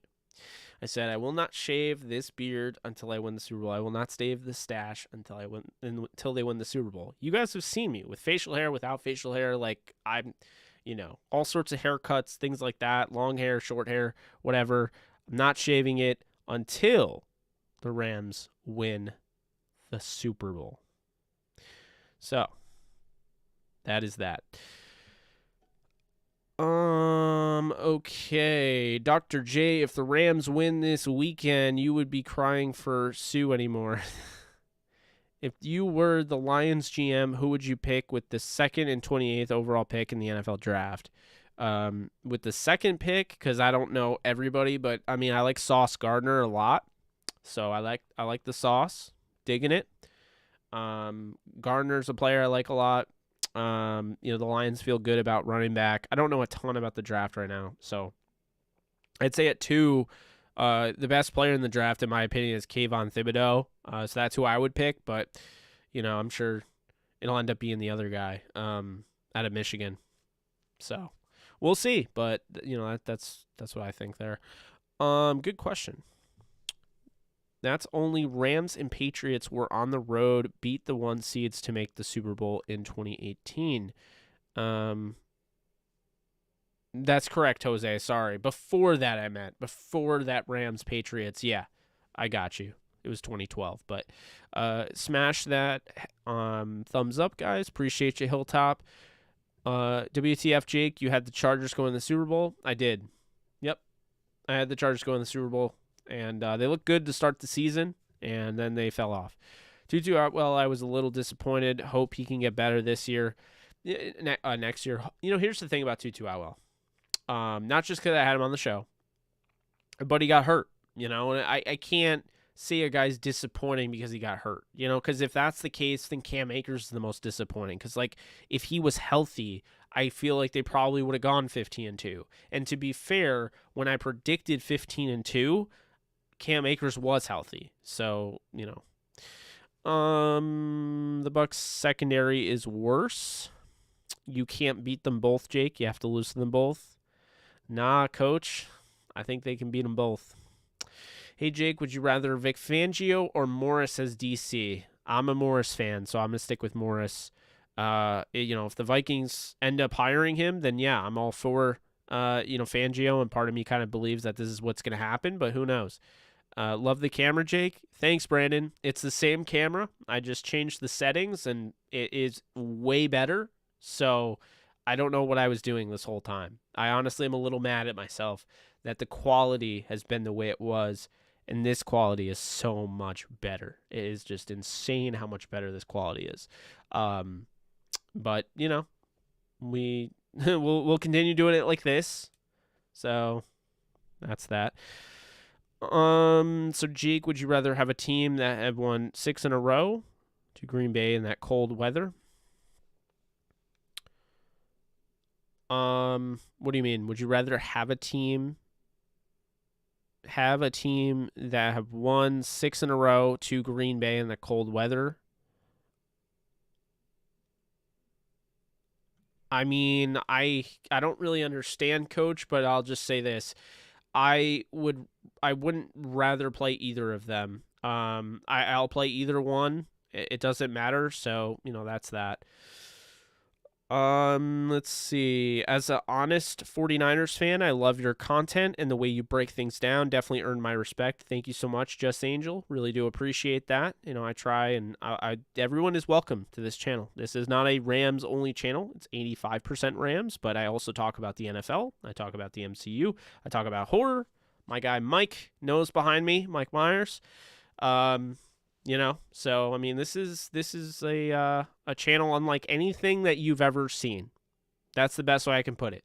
You've never seen a channel like mine because it doesn't exist, because people don't put content of, on the same channel. They don't put Rams-centric content and then go to the NFL and then post one video about the NBA and then post about the MLB Hall of Fame and then post about the NCAA and, post about potentially the XFL. And they don't talk about the MCU, and they don't talk about horror, and they don't, they don't game, I'm one of a kind, and that's good and bad. I mean, some people don't like how much I like to, pull myself apart, but that's always been me. I'm a fan of multiple things. I like music as well. It's why there's some Starset content. There's some Ice Nine Kills content on my channel. I really do. Those are my two favorite bands, and that's why.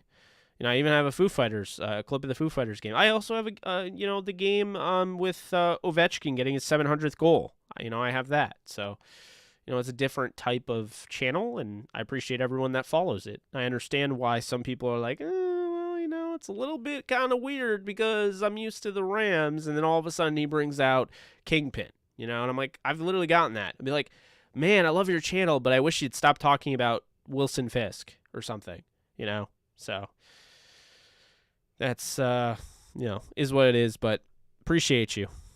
Hey, Jake, I went to the game on Monday, saw OBJ pull up. The guy walking next to me said, "What's up?" to him, and he said, "What's up?" back. Crazy. Yeah, I believe it. He is a really cool dude, and I'd love to meet him. I'd love to get him on the show. I'm going to try to contact his publicist or something, and we'll see if we can hash it out. Might get blocked by Rams PR. It wouldn't be the first time, but, we'll try and make things work. Would love to get OBJ on here, though. Would be really cool. You said Reed. Yeah, I would agree with you. McVay, Reed, and Matt. I think Shanahan is opposite McVay. Reed is dope. Hey, bro, I was curious about your thoughts on the Dolphins interviewing your assistant coach, Thomas. Is he any good? The touchdown with Doug Smith. Doug, I hope you're still here, because I'll tell you right now, he is not only good. Thomas Brown, if I could have any coach, any of these prospects, whether it's Kellen Moore, whether it's, I just lost my train of thought. Whether it's Kellen Moore, whether it's Dan Quinn, whether it is Kevin O'Connell, whether it's Brian Dable, whether it's Joe Brady, any of them, right? Anybody. I'll take Thomas Brown all day. Thomas Brown wasted no time to get the respect of Sean McVay, to the point where he wasn't just a running back coach, which he did succeed with, but on top of it, he became the assistant head coach, and he challenged McVay, and he knows a thing or two about defense. And I love coaches that aren't just solely focused on one side of the football. It's why I loved Brandon Staley. It's why I loved the hire, because he's a former quarterback, so he had opportunity to know what it's like from the offensive side, and he's a defensive-minded coach. So this is the thing. Thomas Brown has a track record of success going back to Georgia and South Carolina. He has a running back coach job. He has a wide receiver coach job. He goes to the Rams. He's a running back coach. Then all of a sudden, now he's an assistant head coach. If Thomas Brown is coaching his last few games with the Rams, then whoever signed him is a freaking genius and actually got it through their thick skull that signing these cookie cutter, same coaches, this rotational, on a rotational basis is not working, then I commend them. And if it is the Miami Dolphins, look, getting rid of Brian Flores was stupid. That was a dumb firing. But if they got rid of Brian Flores and they're getting Thomas Brown, there's a chance Thomas Brown is going to be better than Brian Flores was. And I think Brian Flores is really on his way to being a really good coach in this league, whether he goes to the Giants, the Texans, whoever. But make no mistake about it, Thomas Brown is ready to be a head coach. He doesn't need to be an OC. These guys, he's been an assistant head coach. If Sean McVay at any point had COVID or anything like that, he wouldn't have been able to coach. That would have been Thomas Brown's option. That means Sean McVay trusts him enough to be the head coach if anything happens to him. That's all you need to know. It's all you need to know. He has the respect of his players. This guy's worked his way up. Thomas Brown, young coach. I actually want to check how young he is, because I don't think he's super young. Like, he's not younger than Sean McVay, but he is young. Thomas Brown is 35. He is Sean McVay's age. He's a little bit younger than Sean McVay, about 4 months, but That is a guy right there. He played in the league 2008. He was drafted in the 6th round, 172 overall, by the Atlanta Falcons. Was on the Browns, out of Georgia, 5'8", 203, running back. To me, this is somebody that's seen the game from all avenues. You like his track record, strength and conditioning coach at Georgia, Chattanooga running back coach at Marshall, running back coach at Wisconsin. You look at what he did at Georgia, running back coach. Sony Michel's best season, by the way, as a receiver in college. Just keep that in mind.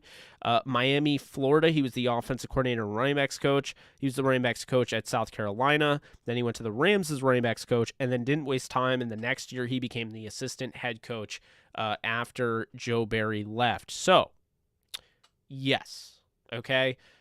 Personally, would love it, absolutely love it, if Thomas Brown got a job. I'd be happy for him. I'd also love it, selfishly, if he stayed with the Rams and became the OC. Because it looks like Kevin O'Connell, I think if you had it anyway, I think Kevin O'Connell is going to be the new head coach in Denver. It makes a lot of sense. They need to get an offensive-minded guy because it's been defense. It's been, Fox and, we're talking about on top of it, not Fox, you know what I mean, Fangio. And now they feel like they need to get an offensive-minded guy. That makes sense. You're getting a young guy that comes from McVay's coaching tree, knows a thing or two. I could totally see it for Kevin O'Connell. But I feel like Thomas Brown has the potential to be very good. Like, we're talking top 10 level to top 5 to eventually becoming a top 3 coach. I'm really high on him. And if I could hire any of the prospects, it would be him. 100%, it'd be him all day, no questions asked, Thomas Brown. So, Doug, if you were still here, let me know. But if you missed it, I might have to clip that and send it to you because that is what I think. I think Thomas Brown is going to be a great head coach when the time comes, whether it's now or later. And I think you should feel really good about it. Really good about him. Let's see. Kyle is an old school football guy, run, pass, and be physical on defense. McVay is a new schematic guy, pass, and be fast on her feet, make a read. Jake, I remember watching Andy Reid on the punt, kick, pass compilation on Monday Night Football, or competition, not compilation. He was a big kid back then. Yeah, I've seen that. Do you think McVay is too conservative? At times, yes. Why everyone doubts Rams? I'm tired of hearing that BS. I hear you. Rohan, how are we doing? Sup, Jake? Do you think the Rams would be underdogs if they faced the 49ers for a third time in the championship game? No, because it would be at home, and to give the Rams their respect, odds makers and everything, you're talking about the Rams being at least +3. They might be a little bit more than +3. I would probably say that line would end, if it does end up being those two, it'd probably be a 3, not +3, sorry, -3. They'd be 3.5 point favorites, I would say. I would probably go with that. So Akers looking good. Looking this good this year is huge in two ways. The boost this year's team, but also motivates the unknown factor of him next season, alleviating the need to spend money to keep Sony. True. Absolutely true. Loving the hat on Michael. Thank you. Sharbanks, I 100% agree with you. It looks great. Michael looked good with the Ram hat. How crazy if that Brady is older than all the opposing NFC coaches left in the playoffs. That is crazy. What about Mike Marks again? No. Trade for Dante Fowler was so underrated. He played amazing for, a second rounder? Yeah. What happened, Jake? It was a 3rd and a 6th or a 3rd and a 5th, I think. What's up, LA Rams? How you doing? Yes, hit the like button if you can, everyone. I would really appreciate it. What do you think of Nevada tight end Cole Turner? I haven't watched him yet, so he'll be on my watch list. Stafford is less than Wolford. I don't know about that one. Edwin, thank you so much for donating. If the Rams win the Super Bowl this year, are you okay missing the playoffs for the next 5 years? Absolutely not. I want consistency. I'll roll the dice. If they don't win the Super Bowl this year and they're in the playoffs the next 5 years and are consistently dominant, so be it. But I don't want, and it wouldn't happen, but I in this hypothetical, I would not want a team to be that bad for that long. Think about how bad that would be for my business, because what I'm doing right now is a business. And so with Downtown Rams and YouTube and the podcast and everything, it would be awful if this team just fell off a cliff. It would hurt me in the wallet, you know? It would hurt me in my lifestyle. Like, I don't think as many people, not saying you guys wouldn't, but just to assume that a growing fan base and all of a sudden they go into a dark age and they are back to not making the playoffs 5 straight years, that would negatively affect me as a content creator. Goff, low-key, better than Stafford. Low-key, no. Hey, Jake, any advice on how to get into sports media? Glenn, what I will say right now is this. First off, I want to thank everybody for constantly pushing, just like I know who you are, pushing Locked On, trying to get me into Locked On Rams. They didn't even interview me, meet with me, or anything like that. No hard feelings, like I said. You guys saw my Twitter. People can keep sleeping on me all they want. Like I said, I'll just continue to rise up. I'll continue to work, get 1% better every day. So the reason I'm now starting to say this, and the reason I brought it up, is because you asked how to get into sports media, right? Where's that question? Why did it go away? Let's see. Glenn. Okay. Glenn Novak, I see you there. Hey, Jake, any advice on how to get into sports media? So you asked me, right? So I would have loved, absolutely would have loved to be able to do Downtown Rams, be able to do this YouTube channel, and host Locked On Rams. I know a lot of people, pushed for me. A lot of the fans, a lot of my peers was never asked, was never given a shot. That is how it's been, okay? Now, the reason I'm telling you this, it's not for me to do a sob story. It's not for me to show that I'm, pissed off or whatever. The point I'm telling you this, Glenn, and anybody else who's trying to get into this, there's no set way to get into sports media, because I don't even know if you can consider this sports media. This is its own entity. This is, I do all sorts of things. Sports media would be frowning upon this right here, having a Michael Myers mask in the background and having a hat on it. Some people probably don't take me seriously because I'm unorthodox. But here's the thing. I could probably out-talk most of the people that don't take me seriously, so I don't worry about it. So with you, Glenn, and anybody that's trying to get into sports media, don't worry about getting into sports media. Worry about building your brand. If you're trying to do what I do, you're a digital content creator, whatever you want to call yourself, that is what you should focus on. And before you get into anything, before you hit record, make sure you have a good quality camera. Make sure you have a good quality setup. You have good lighting. You don't look like, please, for the love of God, don't record a video. And I understand everybody has their budgets and things and can't afford everything. Don't record a video in front of an open window behind you with bright light coming out. It's harsh light. It ruins everything. It makes you look like you're going up to heaven. It's like there's so much light in the back of you. I see that a lot. That's a common mistake. The point is this. If you are trying to make it in this industry, in this business, whatever it is, it's very simple, okay? You got to be relatable. You have to be down to earth, okay? Because people have to like you. You can say everything you want to say. You could be the most, impressive person ever. You can literally have the answer to every question. But if you're an asshole, you're not relatable, you brush off, you don't believe in Q&As, you don't believe in saying thank you after every donation, you don't believe in the fact that everyone else is just as good as you are and you're just as good as everyone else is and no one's perfect. If you truly believe you're up here on a pedestal and everyone can go F off, you're not going to make it. So that's the thing. It doesn't matter how smart you are. You have to have the package. And so the big thing for me is when I'm doing this, I try to be relatable, and it's not just trying to be relatable. I am relatable. I've lived a down to earth lifestyle. I mean, that's how I am. You know what I do on a Thursday night, on a Friday night? I live stream, talk to you guys. I don't go out, I don't party, and there's nothing against that. Like, people do it, that's cool. I don't go out a ton. I really don't. I'm somewhat of a shut-in. I feel good about my, social life because I still have great friends I still keep in contact with. I still see every now and then.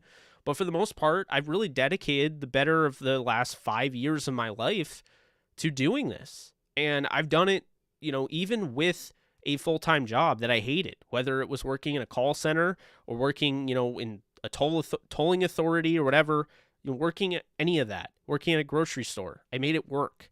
So you got to be committed. You have to be someone that's likable.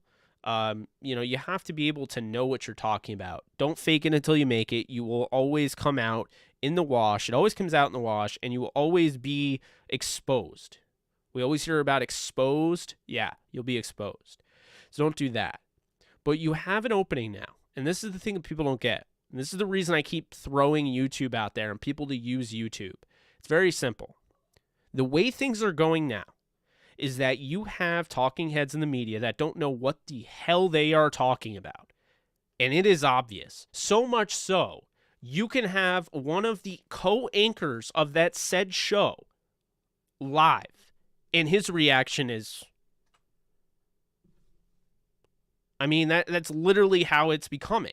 And it's opening up the door for young, smart, up-and-coming, and small YouTubers alike. Myself, Tom Grossi. The door opened a while ago. Tom, pushed it right open. He's done a great job. There's other people out there. Not everybody breaks down film. So there's the film breakdown entirely. There are channels entirely for film breakdown. So the point is this, okay?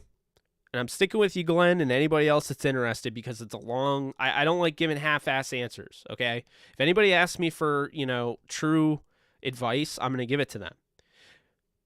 My grandpa told me, and yes, my grandpa Dave, he told me, be comfortable being uncomfortable. And I live by that every day. Because if you are not, comfortable, being uncomfortable, then you're keeping yourself in your comfort zone, in your little bubble, and you're not going to grow that way. It wasn't comfortable for me initially, believe it or not, to be in front of a camera, to talk. It wasn't. I used to do it, and I used to really cringe, and my face would turn red, and I would be so overwhelmed, anxious. I always had a public speaking issue, and I probably still have it. That's the funny thing. If I was in front of all of you right now, in front of you at a podium, in an auditorium, my face would be bright red. But for whatever reason, it doesn't matter, because when you're on camera like this, if you can talk on camera, if you could be comfortable, if you could be yourself, you can do this. And so I realized with what my grandpa was saying is I got to go out there and do it. And so I did. And, I think with the podcast and dropping out of college and, quitting my day job and things like that, I don't necessarily recommend people do that. But if you truly believe in yourself, you believe in something, if you believe you want to run your own business, if you want to do that, start taking every little dollar that you have and don't go out. How about do not go out and go to the bar and waste $500 on beer for other people and you? Don't waste money on, things that are just going to get consumed overnight, okay? Instead, maybe that one night that you don't go out, you use that, you save it up. All of a sudden, now you have enough money to go out and get that camera that just went on sale. And now you can literally make back all the money that you spent on that camera. You can make that back in literally, I'm not even kidding you, like a month or two. The investment literally pays for itself. It has paid for me. This is a $1,000 camera. I've made way more than $1,000 just by using. And it's not just the camera, because it doesn't just stop there. There's other things. I have studio lighting, and not just the crappy studio lighting that I used to have. I have legitimately gone above and beyond with the spending of the studio lighting, because I really want the best picture. I want the best quality. I want the people who I feel are the best people, the best community, to have the best quality when they're watching. This is why I have this microphone. I spent a lot of money on this. This is literally the second microphone I have. The other one is actually it's a higher quality microphone. It's an SM7B. It was at my office. It's why I got an office. I don't have an office anymore because I set up my home studio to the point where I actually like this more, and I feel like it's more convenient. But the office I got as well. It's all about quality, investing in yourself. It may sound really corny, but it's true. So I'll just say that. Glenn, do it. Anybody that wants to do what I'm doing, do it. I 100% recommend it. If you have the work ethic, you're going to do well. And that's the thing is you got to be ready, though, because, there are people like me that, all of a sudden, I'll help, obviously. That's not what I'm saying. But you have to assume when you're not doing something, someone else is doing it. And so I put out, 450 videos since, November of 2020. And, that's the bar. That's the bar. There's other people that have probably put out more videos. There are nights literally, and I think in my head, like, I didn't go live tonight. I feel like such a failure. And is that the right way to feel? No. But I do feel that way. I do get into that way of thinking. And so that's the best way I can explain it. So 100%. If you really do want to do your own thing, if you want to create something that does not exist right now, if you feel like you have an idea, stop talking about having an idea. Stop going out to eat at a Red Robin with your friends and telling you have this great idea and, oh my God, I'd love to do this. And stop talking about like you can't do it. Just do it. There's no reason why you can't do it. If you are thinking that much about it, you've put actual thought, and you really have a good idea. You could just be sitting on a gold mine, and you would never know. So that's what I would say. Keep trucking along. You ever need help, you know where to find me. Obviously, my DMs are open. I've been getting a lot of people asking me, hey, what mic do you use? What camera do you use? What laptop do you use? Do you use a laptop? Do you use a Stream Deck? Do you recommend a Stream Deck? What studio lighting do you use? Do you use an eGPU? I get all sorts of questions, and I want you to know that I literally will answer all of them to the best of my ability. I have simple questions like, hey, I have this mount for, this shock mount, and I'm starting to wonder if maybe I spent too much on it. Does it make sense to have a shock mount? Do you need to have one? And I explain, the point of the shock mount. It's not just to have a cool name called shock mount. The point of it is to have it's a shock absorber. So if you hit the desk, it'll pick it up. And basically the shock mount will isolate the movement of the desk hitting the microphone, and all of that sound will be absorbed so it doesn't go into this. I do not have a shock mount, so you can hear it at times. So if you want one, then absolutely go after it. Some people don't. I didn't want a bulky setup. That doesn't mean my way or the highway. It just means this is my setup. I don't recommend everyone to go out and get a Michael Myers mask. Actually, I do. But that is not the point. The point is, everyone's going to have their own backdrop. Everyone's going to have their own lighting. Everyone is going to have their own preference of mic. I can just tell you what I've used and what I recommend. I recommend the Shure mics because I've used them. I recommend, things that I've used and I like. I wouldn't recommend something that I used and I hated.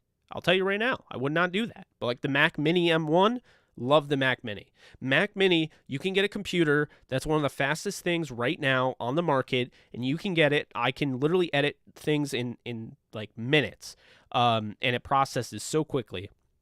You can get the Mac Mini M1 for under $1,000. So right now, all you would have to do is have a monitor. You probably have a monitor around your home that you can plug it into, but you could literally get a Mac Mini with the brand new M1 chip. I think they have a new M1 chip, so I don't know if they have that Mac Mini yet, but the one that I have, I got it for under $1,000. And keep this in mind. Don't let that stop you. You have credit cards. You could do that. You could do, the PayPal loan, pay it back over time. And on top of it, keep this in mind. When you're a business, you can write this stuff off as a business expense if it is a business expense, which it is. Everything I do is for my business. Everything I use. I mean, even when I used my PS5, it got to the point where I was only playing PS5 when I streamed. You know, that's the thing, is that those are all business expenses. Maybe not PS5, but, you know, the monitors that you use, the mics that you use, the production equipment. There's so many ways that you can do this. You can do it. Just don't sit there and think, wow, I should do this, because you're wasting time saying that you should when you know you should. So that's the best way to say that. And that's the personal way. I think the other way would be, on top of it, you want to make sure that you're brushing shoulders with people. If you have an opportunity to go to a Senior Bowl, like I went 3 straight years, I met some incredible people in the industry, some incredible peers. 100% take advantage of that. I've met some awesome people that still have my back, and I have theirs, and have created really, really, really cool, business relationships and friendships with. So then that's the thing. You know, the Senior Bowl, if you just stay in your home all the time, you're not going to just, maybe you might, that'd be kind of weird. But you're not going to just run up and all of a sudden Jerry Jones sits next to you at a game or something while you're scouting and asks how you're doing, and then, makes conversation. You're not going to meet people that you interviewed, like Charles Davis, you're not going to meet players. I just think it's really important when you have opportunities to just, strike while the iron's hot. And, the opportunities, we talk about things like, say, McDonald's, how like the freaking, the McRib is a limited time only. Most of this shit is limited time only. When you really think about it, most of this shit is literally limited time only. It's limited time only to, you're sitting there and all of a sudden you're like, I don't want to talk to him, but I know that's like Ian Rappaport and I'm trying to get in that industry, but like, I don't want to be. Stop. If you want to talk to him, go up and talk to him. What is the worst that can come of it? He says no. He acts like a jerk. You know what I'm saying? This is the thing. And I'm going to say something that's nowhere near as prestigious as my grandpa's words, but assume everything is limited, a limited edition, McRib. Literally everything. Every decision you make. Limited edition. That coupon expires. How about that the promo for all of the sports betting? Because sports betting now is legal in New York. Think about it. All those promos, they expire. They expire. So, this is my thing, is that everything expires, and, we all have to go through trials in our life and things like that. But if you're going to sit here and you're going to have these great ideas, and maybe, this is your gift, like this is God telling you like, hey, this is your purpose, and you're sitting there and you're just being, complacent and just, acting like a Jaguars general manager, or, the Browns like keeping Baker Mayfield, then, you're going to be stuck in that position. Like that's the thing. Why not make your life a little bit better, or give yourself an opportunity? It may be expensive, and I'll tell you right now, it is not cheap to do what I do. My equipment right now, I can tell you, I have 3 lights.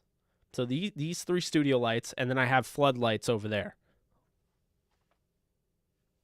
The 3 studio lights, and the blue light. The blue light's cheap as hell. You can get that on Amazon for like $15. The floodlights are $20 each. The 3 lights, the one behind me, the hair light to kind of, separate me from the backdrop. The hair light is the same as the other 3 lights. I just use it for different purposes. All 3 lights are at least $250 each, but you don't need $250 lights right off the rip. You have to work your way up, or maybe you don't. Maybe you have the money. If you have the money, there's no excuse. It's not a signed helmet, unfortunately.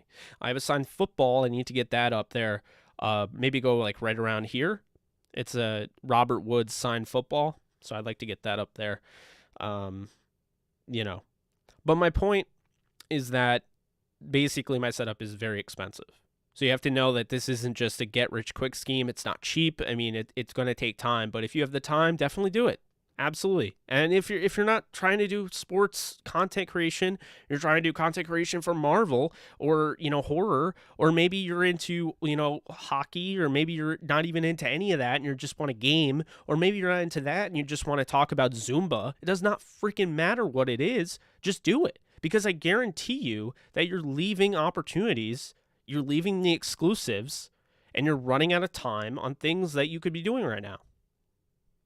The thing I always say when I see people that are on Twitter and they're like my brother's age or younger, okay? My brother's not that much younger than me. He's 5 years younger than me. But I mean, when I see kids that are 16, 17 reaching out to me, I've literally had a kid, I think he was 14 or 15 on my show, or not my show. He was in my comment section. He reaches out to me. He finds my email. He reaches out to me and asks me to coach him. That's what I'm talking about. Like, the jealousy I have is like the fact that it clicked in your head at 15 years old or 16 years old. Hey, this is what I want to do. Oh my God, I would kill to go back in time. That's the only thing I'd go back in time for. I would change. Well, maybe I would probably place a few bets and things like that. And I would know different DFS combination. You get my point. Anyway, off track a little bit. If I could go back in time and do what I'm doing now at 16 and know what I know now, guys, I mean, I would absolutely love to be able to do. I like having that state of mind, knowing what you want is just great, but not everyone does. And not everybody, Kayvon Webster, former Ram, he posted something a few years ago, and I always like retweet it when it comes up on, or not retweet it, but share it when it comes up on Facebook, because we're Facebook friends. But he had one that was like, not everybody has their first kiss at the same time, not everyone graduates this at the same time, not everyone gets their car at the same time, not everyone does this at the same time, not everyone has this, not everyone has that. Everyone does things on their own path. You basically mold your own path, you forge your own path. This is how it works. And so that's probably that's the end of this long rant talk, whatever. But Glenn, I hope you got your answer on that. That is my thoughts on that. I am very passionate on people and pushing people in the direction where I feel like they can succeed the most. I'm not a Chip Kelly at Oregon who you need to fit into my system. Not Chip Kelly at Oregon, Chip Kelly with the Eagles. You don't have to fit into my system. I want you to succeed. I don't need to have a system. My system needs to fit into people and their talents and things like that. So if I can help, I'm going to try. If I see that, I'm going to try. If people reach out to me, I'm going to try to help. It's why I always post all of my equipment, in the description, because at any point, I'm not afraid of people copying my equipment. I'm not afraid of people copying me. It's a copycat game, So closing the door on that for a little bit, but yes, I got all that out there. I feel good. It came out, I think, somewhat professional, with a little bit of edginess, that I normally add, but no, I'm glad you asked that, Glenn. Gurley's arthritis greater than Akers' Achilles. Yes. Oh boy. Let's see if we can get past all of these. Over an hour, more like over 2 hours now, which is scary how far behind I am now with that rant. How long have I been live? 2 hours and 6 minutes and counting. Nobody would know the MCR without Black Parade, to be honest. That's what I mean. I don't know Kodak Black, to be honest with you, so I can't really say. Let's see.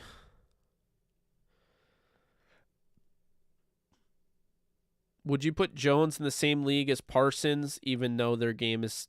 No. No, Parsons is a different animal. I had him as an edge defender coming out. I don't think they're the same player, unfortunately. I think Jones is really good, but he's definitely not the same player as Parsons.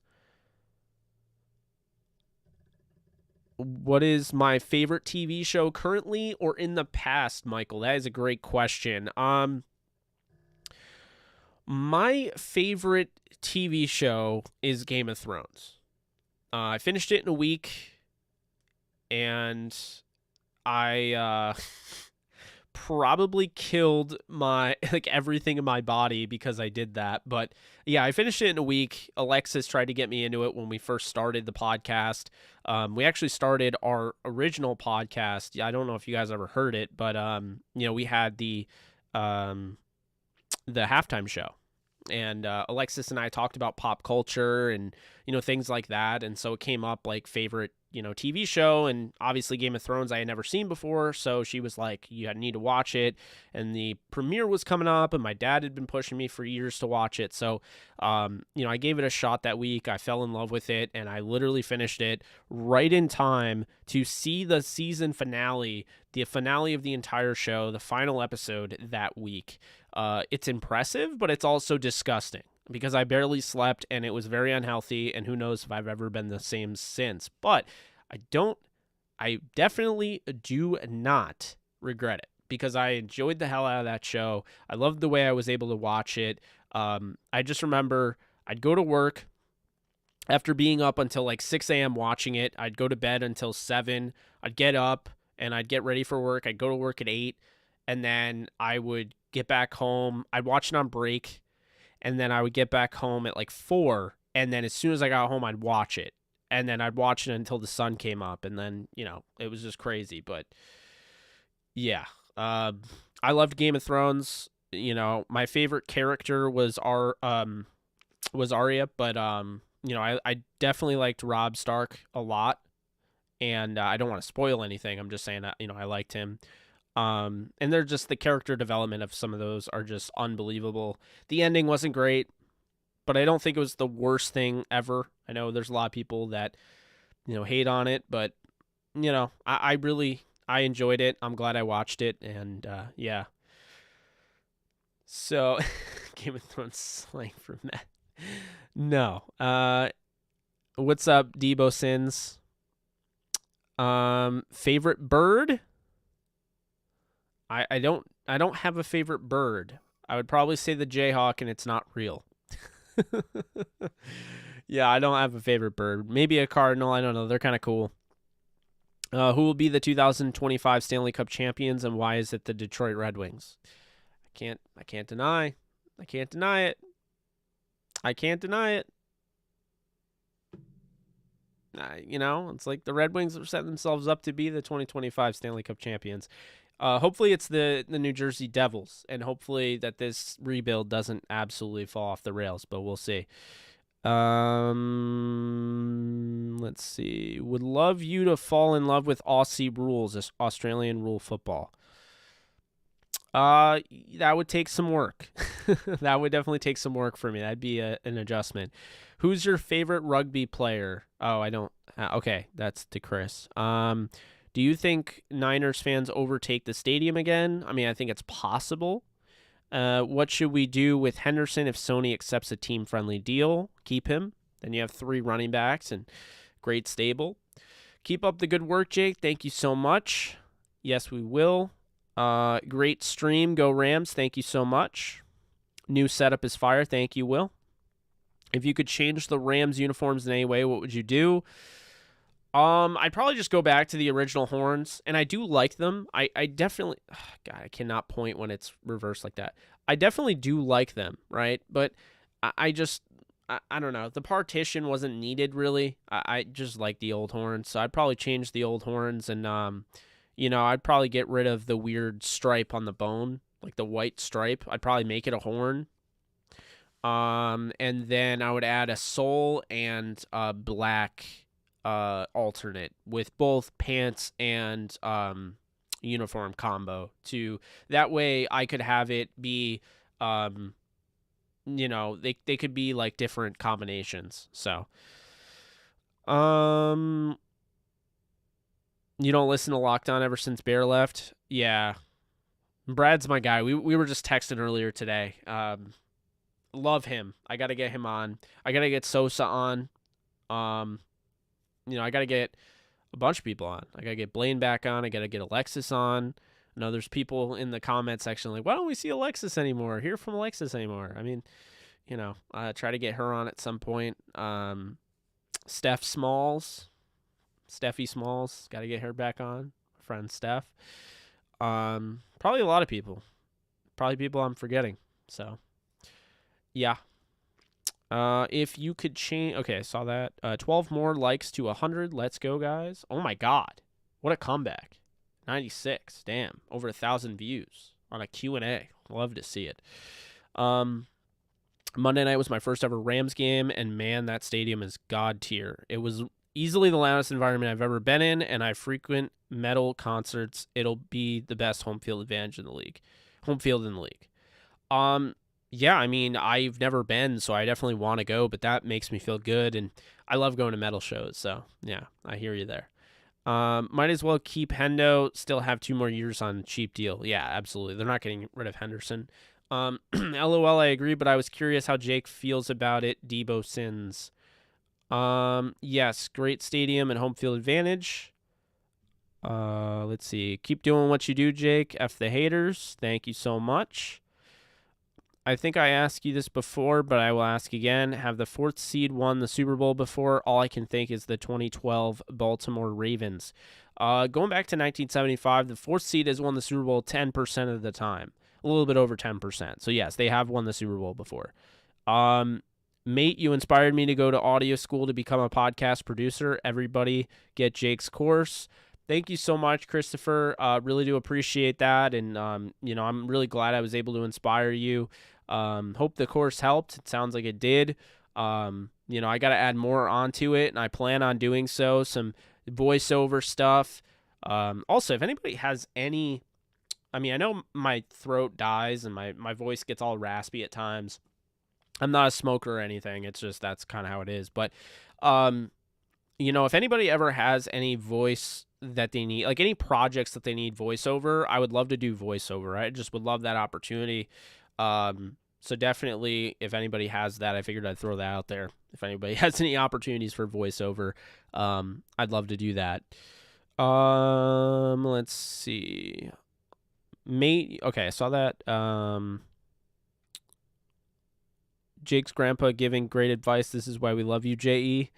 Thank you so much, Michael. Yeah, he was amazing, and he always gave me great advice, really no matter what. If I wanted to, hoot and holler about my ex-girlfriend or whatever, he was there to talk to me about it, and just, really we liked talking business, and he absolutely loved the Taken movies to the point I just thought it was hilarious. Like, he just loved Liam Neeson. He liked revenge movies.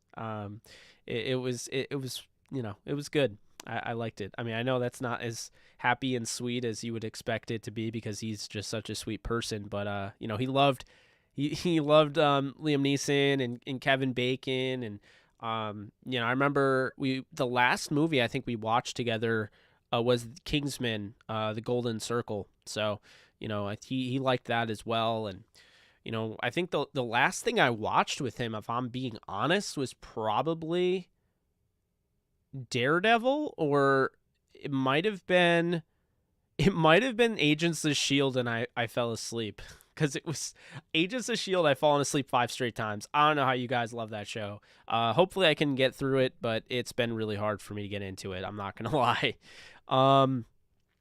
Christopher, thank you so much for donating. Thank you, Jake. You inspired me to go to audio school and become a podcast producer. You also inspired me to chase my full potential. I love to hear this because here's the thing. Christopher, you found me when I went on Bears Locked On Rams podcast. This is not taking a shot at them. This is where our friendship kind of originated because you would listen and, you were a big fan of Brad, and then you started following my show, and I just really appreciate your support and people like you. There needs to be more people like you, frankly. You're just very, very kind person and just very motivating. Anytime you have people like that in your comment section constantly rooting for you, it really is cool. And I'm not going to lie. Like, I'm not going to sit here and be like, act like I've been there before because I'm going through it the first time. Okay. I've had people comment in my comment section how much they love my shit, but yes, I'm going to sit here and kind of take it all in and be humble about it because it's pretty awesome. And, it happens a lot now, and I can't stress enough how surreal it is, but I'm not going to sit here and act like, oh yeah, it's just like, whatever. No, it's really cool. I appreciate people like you, Christopher, and, appreciate the donation. So I'm glad I was able to somewhat, make a positive change or help inspire a positive change in your life.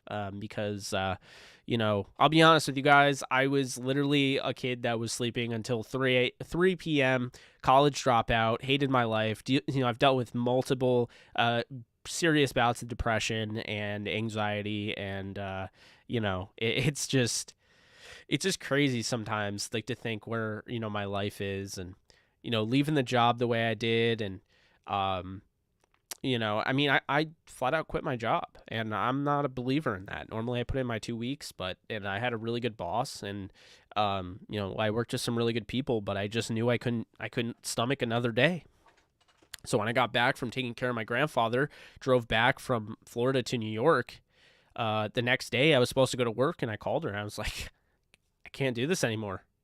I literally cannot stomach another day working this job. And what I didn't realize is that when I had that conversation with my grandpa, because I didn't want to quit on anybody, he told me to start thinking for myself and start, make that, be aggressive and make that move. And, if you really don't like it there, then you need to move on. But it wasn't necessarily just there.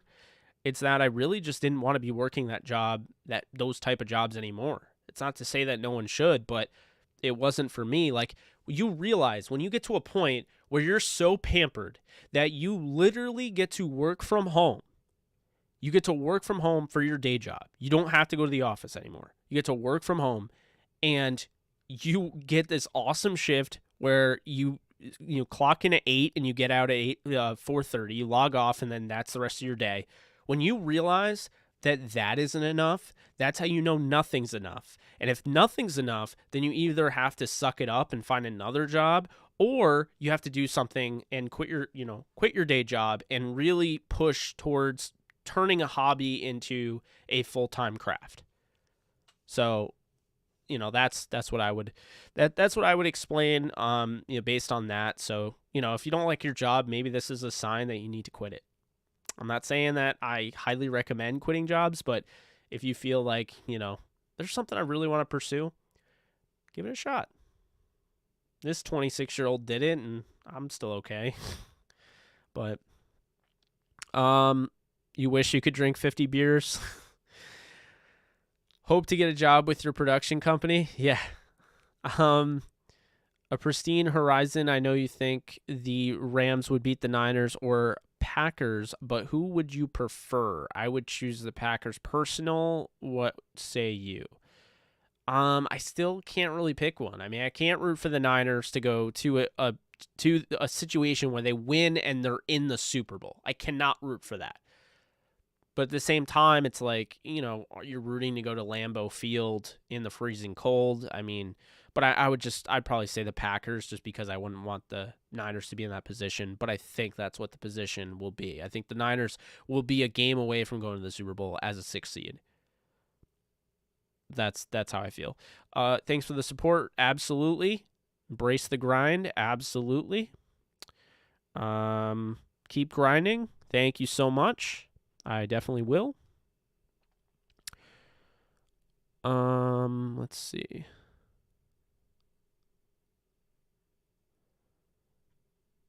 Might be my best rant yet. Thank you so much, Rams 12th man. Appreciate that. So everything is garbage. I assume you're talking about the McRib. Jake, your podcast is turning into life coaching episode. Love it. Yeah, this is why I love the Q&As. I can still do what I want to do. You guys are still here. We're talking Rams. We're talking life. We're talking.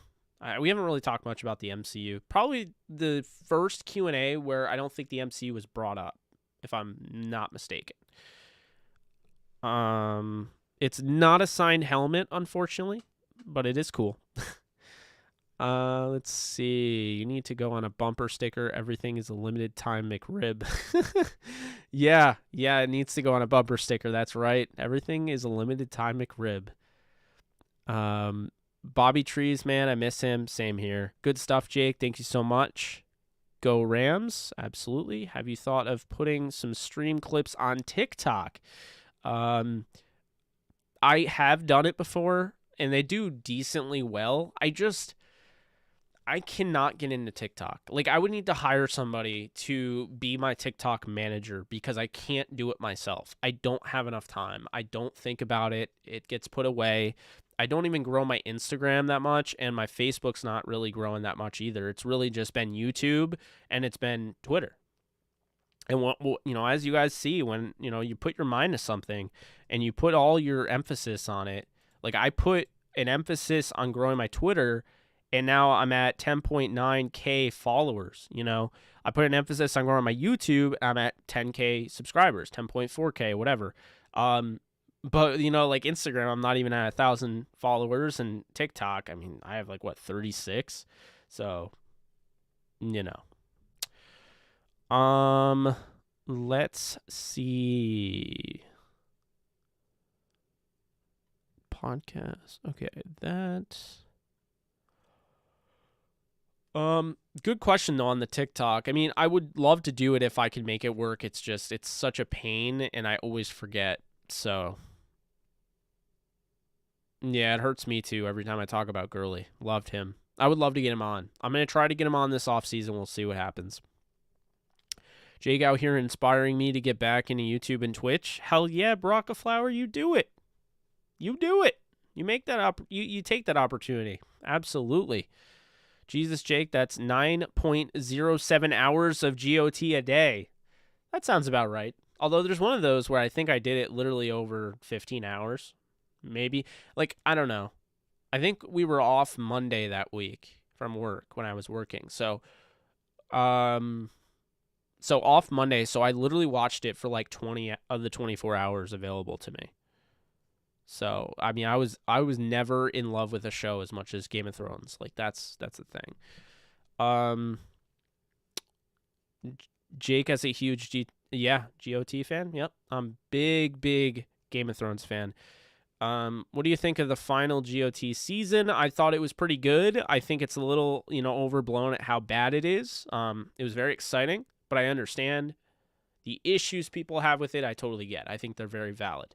So, that is sorry about that. That is what I would say in that regard. I've been pounding my fist for a GOT Lord of the Rings PS5 PC reboot. So we're not going to get a Game of Thrones game because initially there was a Telltale game that was the graphics weren't as great. If you guys have ever seen a Telltale Studios game, graphics aren't as great, but it's a different type of game. Every decision you make alters the ending. And so they did that, and then now you can't even get that on the PlayStation Store and wherever else because Telltale ran out of business, and that is a horrible story. Just really bad stuff there. A lot of those people were working at a company that they just had no idea how bad that they were doing, and they were kind of lying to their faces from how it sounded. I read an article about that, but excuse me. But what was I going to say? So Game of Thrones, if you didn't know, Skyrim is what was supposed to be the Game of Thrones game. So Elder Scrolls Skyrim, it became Skyrim, but initially that was supposed to be the Game of Thrones game. So if you didn't know that, now you know. RV Hopper, thank you so much for donating. I never knew it was Andy Reid until I saw a couple years ago the TV cart went in front of the dinner table for Monday Night Football. As a kid, memories, love the show. Thank you so much. That is funny. Is Game of Thrones slang for meth? I've been pounding my fist for... Okay, I saw that. What's your favorite game of 2021? Not Madden. It wouldn't have been Madden anyway, because I don't think it was that great of a game, to be honest with you. I was kind of disappointed. Okay, so favorite game of 2021 would be... Ooh. I mean, I really did like... No, you know what? I know what it is. Resident Evil Village. Resident Evil Village should win all the awards. It was the best game of the year. It was phenomenal. I played it on here. If you guys missed that playthrough, I have the full playthrough on the channel. And it got me into Resident Evil, really, because when I found out that game was coming out, I played Biohazard. I got Village, and I played that. I have both playthroughs. It was just so cool. Village is just another level, man. that psychological horror aspect of the game just absolutely worked. They killed it. So, yeah, I would say that was game of the year, for sure.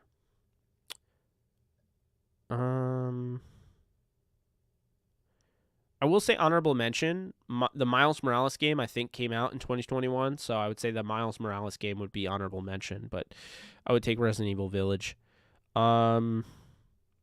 Would be amazing with today's tech. Used to love the Twin Towers PS2 game. Oh yeah, the Lord of the Rings games were so good. The Third Age is the best one because they basically made it was like Lord of the Rings Final Fantasy. But they made it these characters that you had never seen before. They were just these new characters. Barithor, Elagast, what the hell? I don't remember her name. The high elf girl. I don't remember her name. Hadhod. I forget all of them, but they had a bunch of the characters from the actual movie and canon show up. Like Gimli was in it, Aragorn was in it, Legolas was in it. It was so dope. So yeah, to me, the Third Age is just another level. It was so good. It was the best Lord of the Rings game. I've been trying to get into Shadow of War and whatever, Shadow of Mordor or whatever, but I have yet to do so. So maybe that game's really good, but I have yet to do that. So at some point I'd like to, but who knows? Let's see. Hey, Jake, will you go to the Super Bowl if the Rams make it? I will not, because nothing is more fun to me than watching the Super Bowl on TV. I know that sounds weird, and someday maybe I will go to the Super Bowl, but I can't afford it, and I love watching it on TV. I love having people, that are, friends of yours and family, people that, their team's not in it, and all of a sudden they're all rooting for the Rams or something. We had that where I had, cousins came over and, best friends. I had my one friend that I'm still very close to this day. My friend Kyle, he's a Patriots fan. So we had him over, but everyone else was wearing Rams gear, and it was really cool to see everybody rocking Rams jerseys. And I have so many that I was just like lending them to people, but, I don't know. It was something about it. I just love it. So, yeah, I would watch it from home. But I have no issue. I have no issue with people going to the games, obviously. So definitely don't think that I have an issue with that. Let's see. What's your favorite? Okay, I saw that. I saw, hey, will you go to the Super Bowl? I saw that. Get my guy Peo. Oh, do you mean on the show? Yeah, we got to collab sometime for sure. I used to like Locked On Rams, but I swear they're just way too many ad reads for such a short podcast. Man, I hope we're not approaching that. We have a lot of ad reads, so it's called paying bills. That's I don't even call them ad reads. It's just paying bills. But no, I get it. I mean, it's tough. It really is. I mean, when you get into this level of content creating, like the way you make money is either people donate to your, what you're doing, they donate to you, or you make it through ads. I mean, there's not, affiliates, ads, things like that. That's how the only way to make money in this industry. And you can make a lot of it, but there's not a ton of ways to do it creatively. So, well, also merchandise, which I do have a shirt coming out pretty soon. And I feel I'm going to channel Steve Jobs here. Steve Jobs here. I'm thrilled about this because, I had this. I hired somebody to design it, and it is a. Actually, is it done? I think it's done.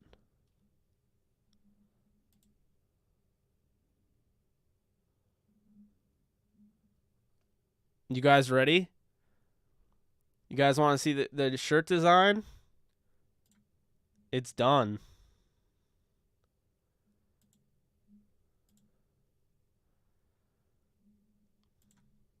I think it looks pretty cool. Let me know if you guys want to see the t-shirt design. Say I want to see the t-shirt design.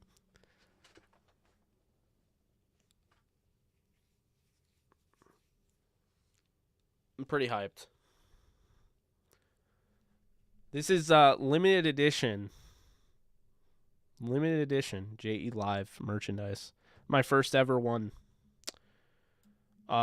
We've had ones for, of course, you know, and I literally just got this, by the way. So there's going to be a watermark on it, but because I haven't paid for it yet, it's on Fiverr. But watch this.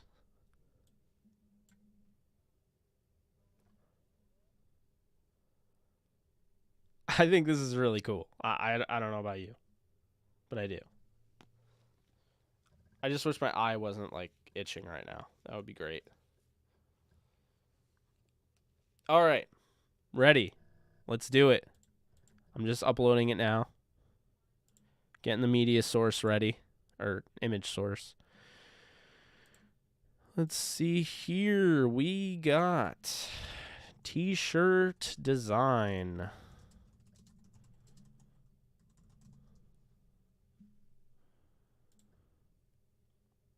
And here we go.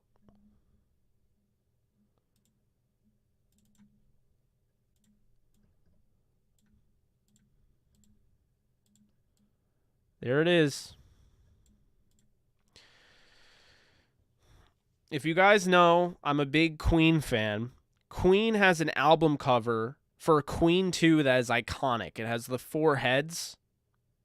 So I did the Rams, 4 stars. Donald, Stafford, Ramsey, and Cup. What do you guys think?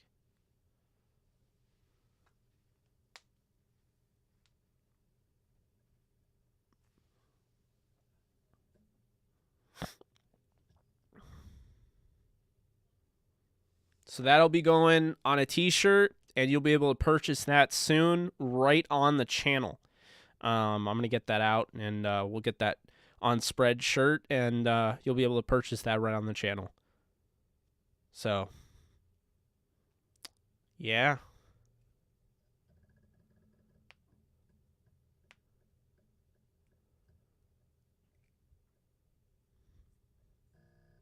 I think it's the way it looks. So, like, Coop's hair is a little darker, but they're doing, like, more dark blonde. It's kind of like 2K. So, but I haven't submitted it yet, so I could do it. Yeah, I could change it. You like the other 3 though?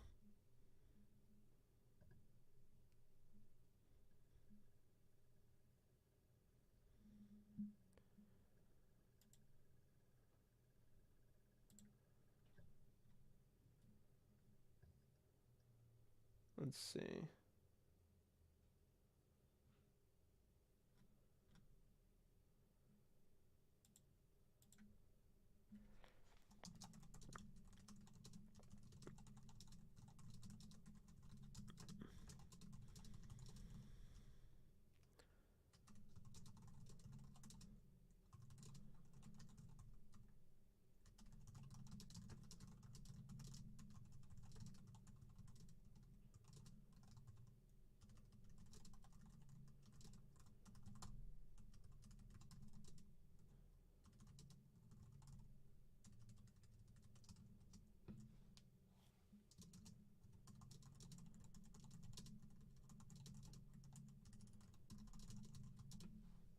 All right. So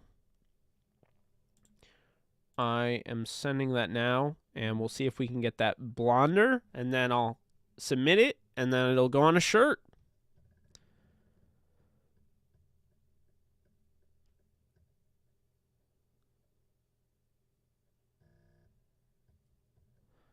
Yeah, exactly. I gotta find my picture. I have to reference Cooper Cup, of course, because I need to show him why. Desktop.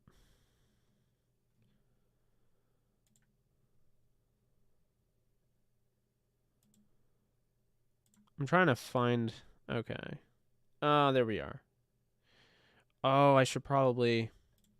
You know, the image I sent him might have actually been darker, and that's why. Yeah, I think that's why. So...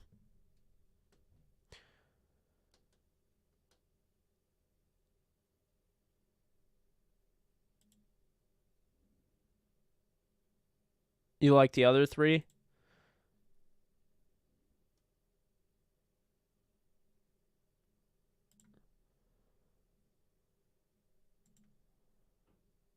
Yeah, I'm gonna send it over now and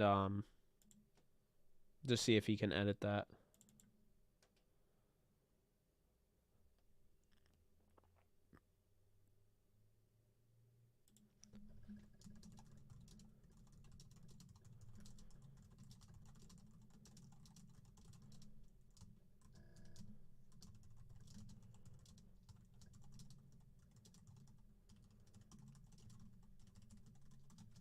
Okay, just did that. So I'll keep you guys posted. That's just a that was just a quick mock up that I was showing you. And then I'll get that on a t-shirt once we have that figured out. Sound good?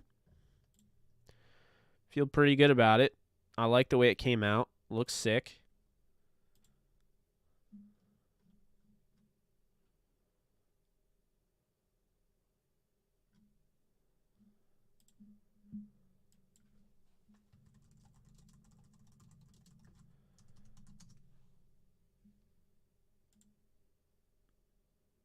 No, Matthew Stafford's stash is actually pretty on brand, honestly. So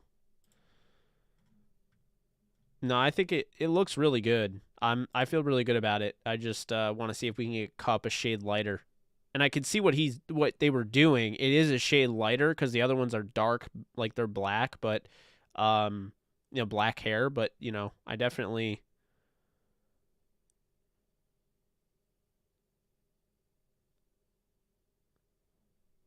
cool.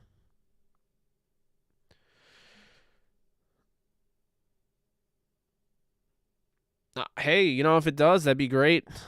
I'm kind of, I'm not new at merchandise, but I haven't really sold a ton. Typically, I couldn't think of ideas, but I just kind of thought of one. I was like, you know what? I really like the Queen 2 album cover. And so I was like, why don't we just make some Queen 2 inspired album cover, but with the Rams?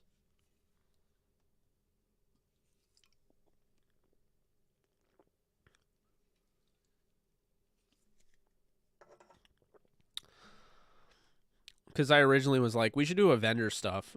And that didn't really sell. But, you know.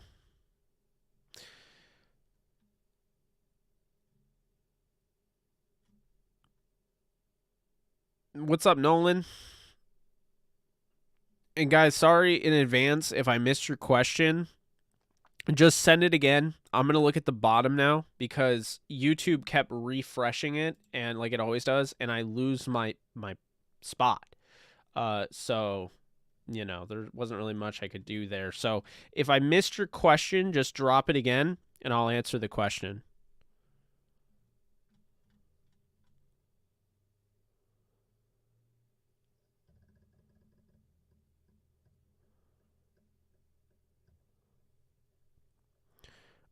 Ryan, I might take you up on that if he doesn't want to do the edit.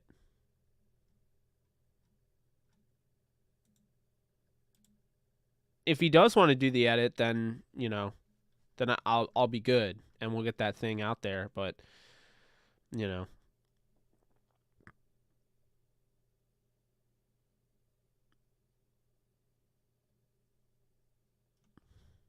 once Cooper Cup's hair and beard is blonder, this thing is going to go on a t-shirt and we're going to sell it and it's going to be great.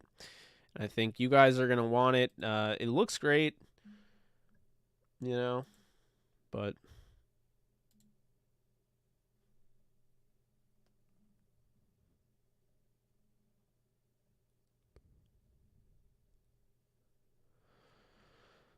oh man. I think the shirts will be in blue. So I think we'll do royal blue. I think they also can go on white as well. but I would prefer them probably on royal blue. So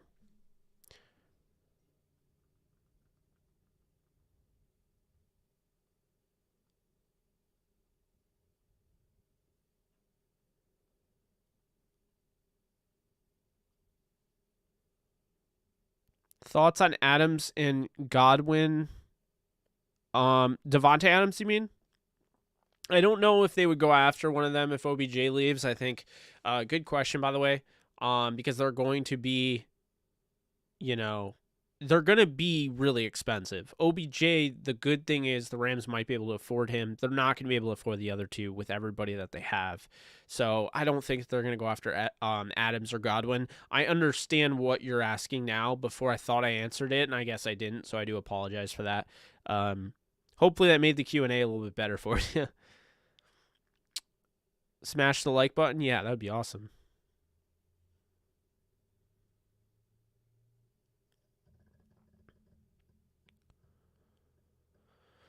Rams posters. Would you guys buy a poster of that? Is that the way to go? Is it better than a shirt? I don't know. I love shirts, so, but I could put a poster together, I think. What are your picks this weekend? So I did a video of that earlier today. I had the Bengals losing to the Titans, the 49ers beating the Packers, the Rams beating the Bucks, and the Chiefs beating the Bills. All of them I have as close games, one possession games, except the Rams I have 31-20 over the Buccaneers. Yeah, I would say shirt over poster, but I mean, hey, if I can put a poster in there, I'm going to do it, have both. It can't hurt. I know there's such a thing as giving, your audience too much to decide between, but my question is what is going on with Spreadshirt? Because I'm waiting for them to figure their crap out. I mean, I have what is it? Let's see.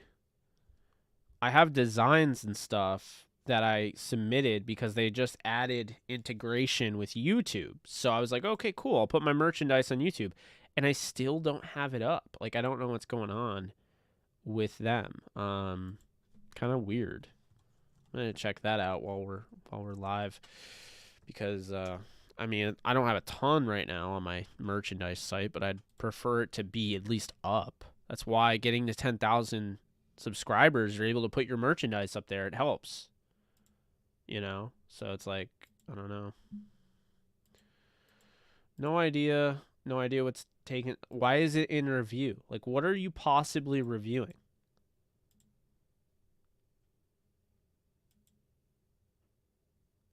They're reviewing.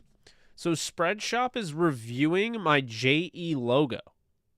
Like, for what? Like, my God. So dumb. Both is cool. How many t-shirts do you plan on making? I'll just put it on, I mean, at this rate, who knows if I'll put it on Spreadshirt if they're going to wait this long to be in review. This is insane. This has been like 3 or 4 days since I put together the JE logo on a shirt, and they're now taking 3 or 4 days to tell me if it's approved or not. I mean, then no way this is going to get approved. So, I'll put it on a website, hopefully Spreadshirt if they get their shit together, and then basically what I'll do is I'll just sell them, on there. You can buy as many as you want. I won't have the inventory, it'll be there, so you would just buy it through them. That's probably what we'll do.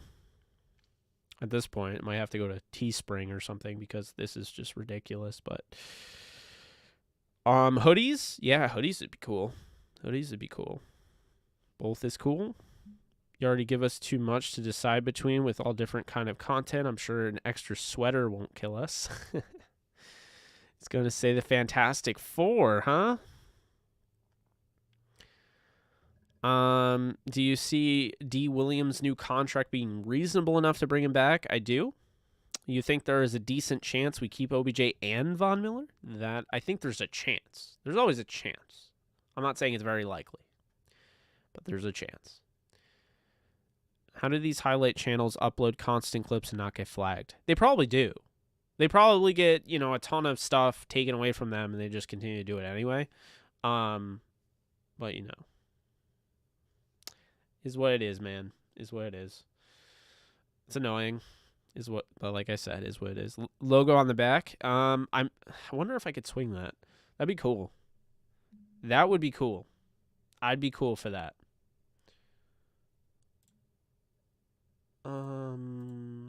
Let's see here. Oh, man. I think there's likely a better chance of signing John and OBJ than there is re-sign D-Will. Maybe. Vaughn? Yeah, I was trying to think of who John was. I was like, who the hell's John? Like, all right, then.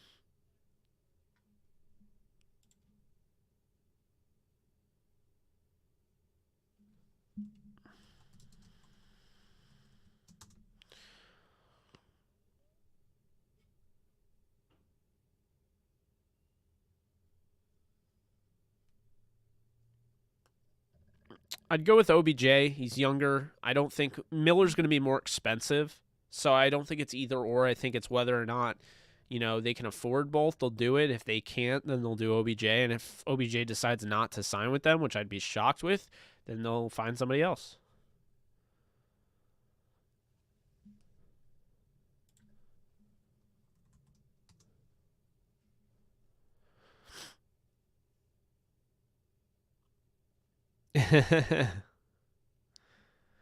That'd be fun, Hilltop. That would be fun. Oh, how did my picks do? Let's see. On game day, I wrote today about NHL betting, and I'm going to check how well I did. I've been doing well this year. Keeping track. Let's see here. All right, so the Bruins won. I had the Bruins money line. They won. That's 1-0. Panthers money line. And, Golden Knights. No. They won by 1. So I had the Golden Knights puck line, and so I lost that. So I went 2-1 tonight. Bummer. I almost swept again. I've been killing it with hockey, guys. I mean, really, if you're wondering who to bet on, I guess just ask me, because I've been killing it with hockey. I don't know. I've really started to get to know hockey and follow it, and so I've been able to do a good enough job, I guess. But even it's surprised me to a degree, so.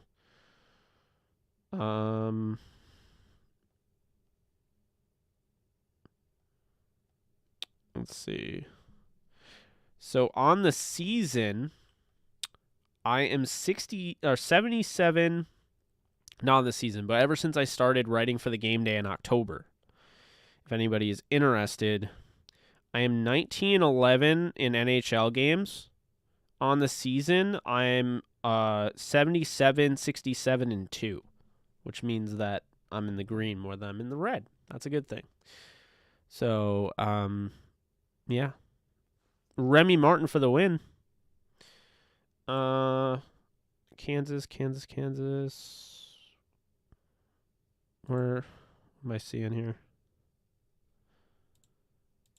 What happened? I thought they already played. They played today?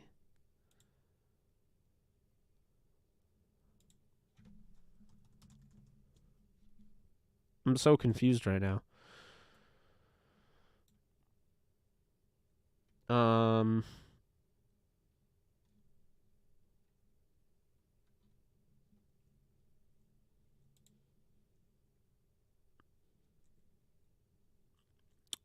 Are you talking?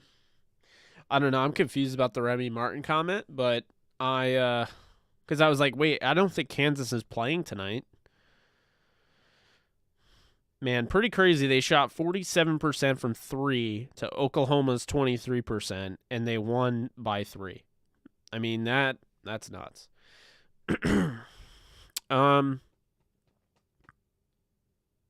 Let's see. I'd be sad to see OBJ leave with how explosive he's been. Truly believe he gives the Rams the extra bit of attitude. I agree with that. The good thing is Snead has been good at finding DBs in the draft, so if Williams leaves, we will survive. Agreed.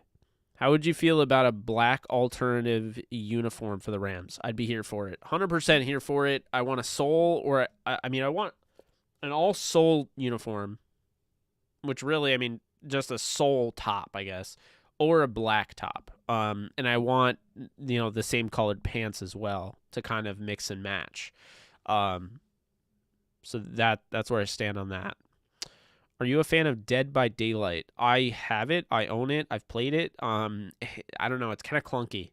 I love horror, and I tried to get into it, but it just feels really clunky. Someone needs to make a horror game that is built the way Resident Evil is, but you're Michael Myers or you're trying to run away from Michael Myers. To me, that would be a killer game. That's a game that should be played. Okay. OBJ has added something to the deep red zone game. 2-1 every day would be huge. Rams are not a black uni team. We are blue. Why are my Rams fans talking bad about LeBron wearing a Rams hat?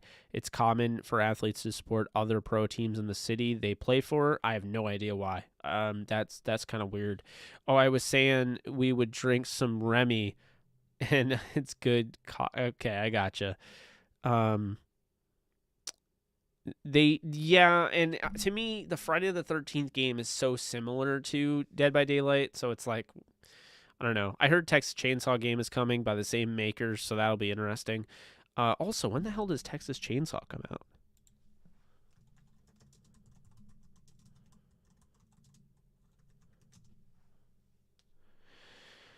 February 18th.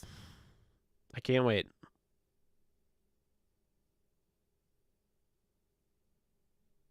Elsie Fisher. So she's going to be the Survivor girl. Who is that? That sounds familiar. She looks familiar. She was in what?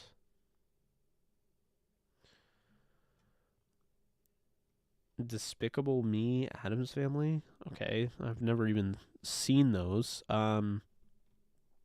Mike and Molly? Huh. I have no idea why she looks familiar. She's in Texas Chainsaw. She's going to be, it looks like, the final girl. But I don't see... I don't know why I'd even know her. But, yeah. Looking forward to that movie.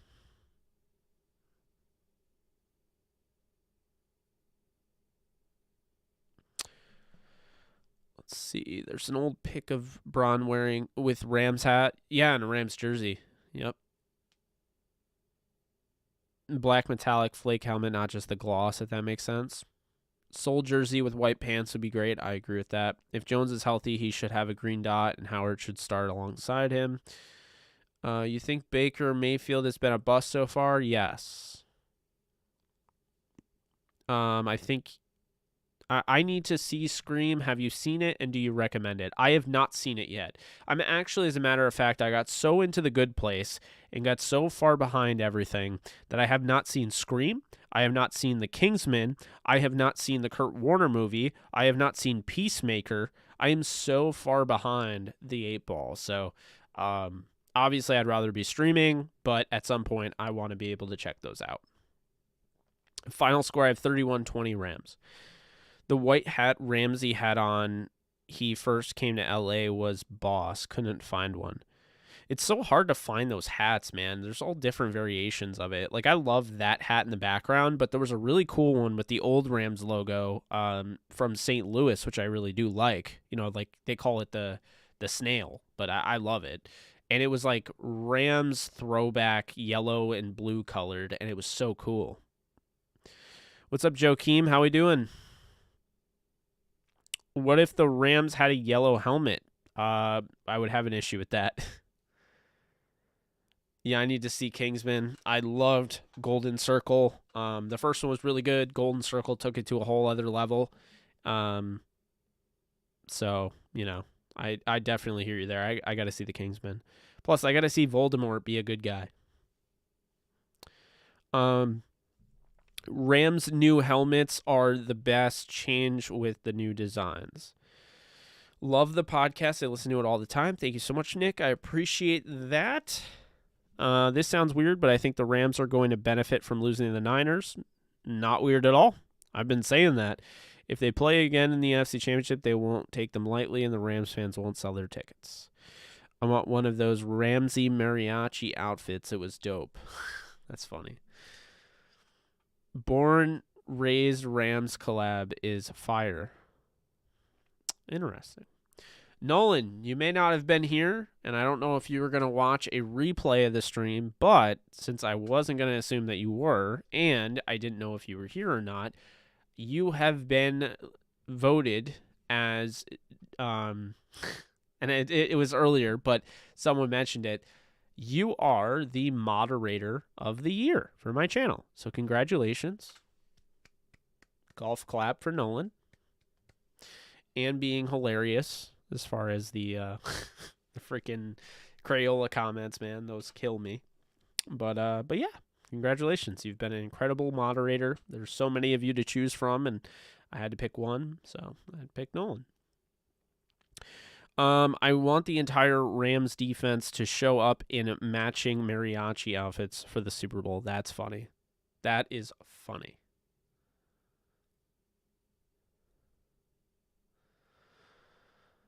Rams need to bring back the old horns. The Fibonacci design is artistic nonsense. I love the horns. I like the new ones, but I miss the old one, so... King Nolan. Now he's going to change his name to King Nolan.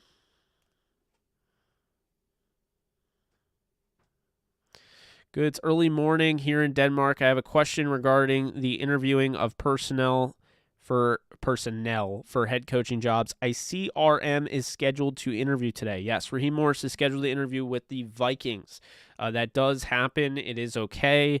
They allow it. I'm personally not a big fan of it. I think that it makes it kind of difficult to prepare for games, and I don't fault the coaches for doing it. I just think the league needs to get their shit together because, look, it's going to come off like mean, but you sucked. Your team didn't make the playoffs. Your team sucked. It's not my fault that your team is so bad that we're in January and you're looking for your next head coach. It's not my fault. I'm trying to prepare for a playoff game. Sorry, your team sucks. It's not my problem. So I have no issue with coaches interviewing. No issue. But I literally despise the fact that this happens. Why can't they just wait? I don't understand. Why can't they just wait until after the Super Bowl? I don't see why you can't. Or better yet, the week before the Super Bowl. But to have it right now seems ridiculous. The poaching doesn't bother me. The interviewing doesn't bother me. What bothers me is you can't wait your damn turn. And that's what bothers me. I don't like it. I didn't like it. I just don't like it, period. Whether it's the Rams or anybody. I don't like it. I think it's, seems like, for a period of time with postseason, you're talking about the idea where everything kind of comes together and, everybody has a clean slate. Well, where the hell is the clean slate? Because, what it comes down to is this. The clean slate's not there because the Rams unfairly had to play on Monday Night Football and now unfairly have to play on, fewer days rest than the Tampa Bay Buccaneers. It's also not that because now teams unfairly, because they have good coordinators, are being poached into the interview room. And so there's a bunch of teams now that they're trying to get their game plans together and these coaches are interviewing and their mind is, on another job. I can tell you right now, it's not a clean slate. It's not. There's clearly an advantage to teams that don't have young coordinators that are looking for head coaching jobs. And there's clearly, it's a disadvantage to teams like the Rams or the Cardinals if they won, who played on Monday Night Football. It was stupid. So I don't know. I think to me it's pretty simple. Everyone should have a fair shot. Everyone should play the same amount of games. Everyone should be able to have the same amount of opportunities in the postseason. And, in the first round anyway. And, I just feel like they're just not doing a good job of holding that end of the bargain. It's that simple. So, yeah.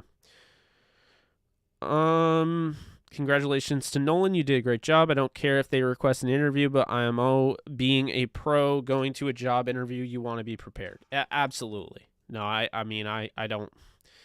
I'm not a big fan of it. I wish the Rams did not wear the bone uniforms so much this year. Do you like them over the other uniforms? No, but I do like the bone uniform, so I don't have an issue with it. Jose, I agree. Teams should wait to interview coaches until after the Super Bowl. Yeah, I would have no issue with that. Do you think Aaron Donald will be suspended? No, I do not think Aaron Donald will be suspended. I think it's a bunch of Bucs fans that are very, very scared at the fact that there's the potential of Ryan Jensen either not being 100% or not playing at all and having to defend Aaron Donald, block Aaron Donald in the trenches. That's what I think. You need luck to win in the Super Bowl. The Rams are, knock wood, pretty healthy going through the playoffs, and the Bucs and Niners are dinged up in key positions. By the way, does anyone know if Fred Warner and Nick Bosa are going to be going this weekend for the 49ers, or are they out? I can look, but take it easy, Michael. Thanks so much.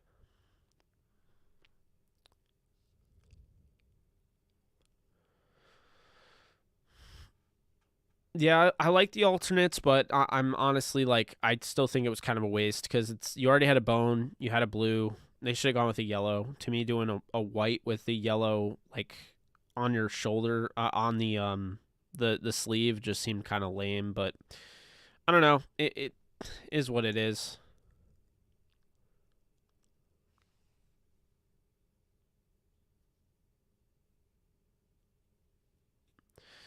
Oh yeah, because I have no chill when I see stupid things like that. So I love how BA hits a player. So Bruce Arians hits his player, and instantly everyone was laughing and just acting like it was, oh, well, that's just Bruce Arians. Like, no, that's abuse. Like, I don't care who it is. It's abuse. It really was. But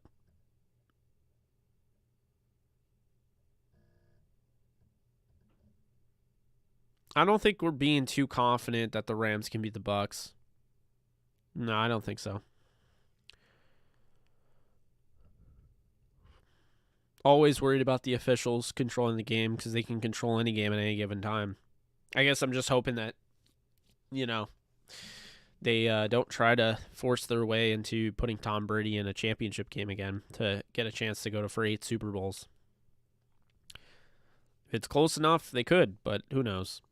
They should let players fight like hockey, to be honest. It would be very interesting to see who still wants to act tough. That's funny. It's so hilarious that Bucs Twitter thinks tweeting will get AD suspended. Yeah, that too. You should definitely, if possible, check out a game at SoFi next season. Sat one row from the top, and the view angle was still great, and the infinity screen is absolutely stunning. Oh, can't wait to eventually check it out.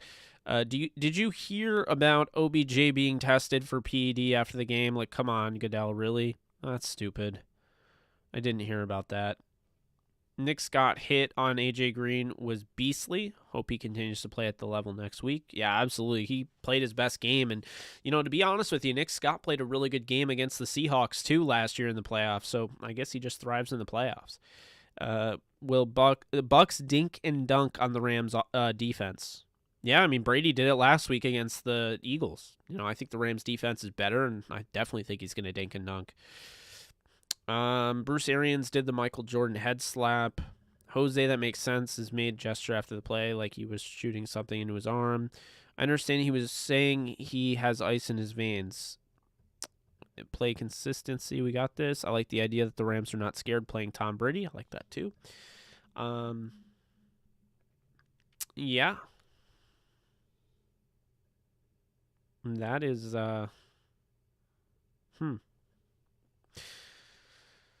Man, I don't know about you, but I think I'm ready for some pulled pork mac and cheese.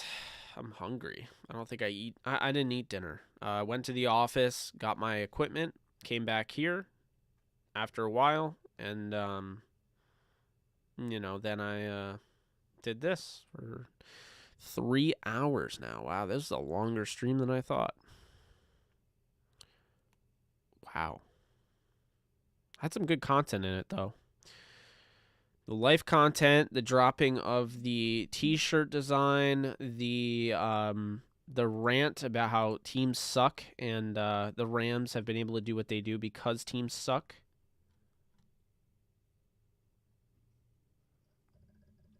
He's going to send a revision. Let's go.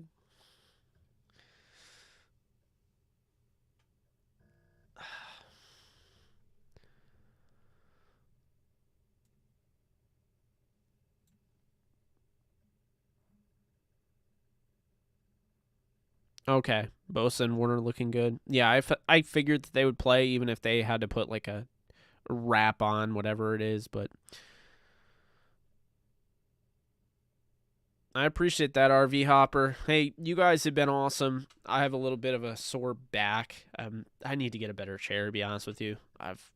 This chair has the neoprene design, and I have like a cushion. It's supposed to help, but I'm not always in the proper form, and I could be like this, but it's kind of like, whatever, right? Kicking back and relaxing, but yeah, we'll figure it out.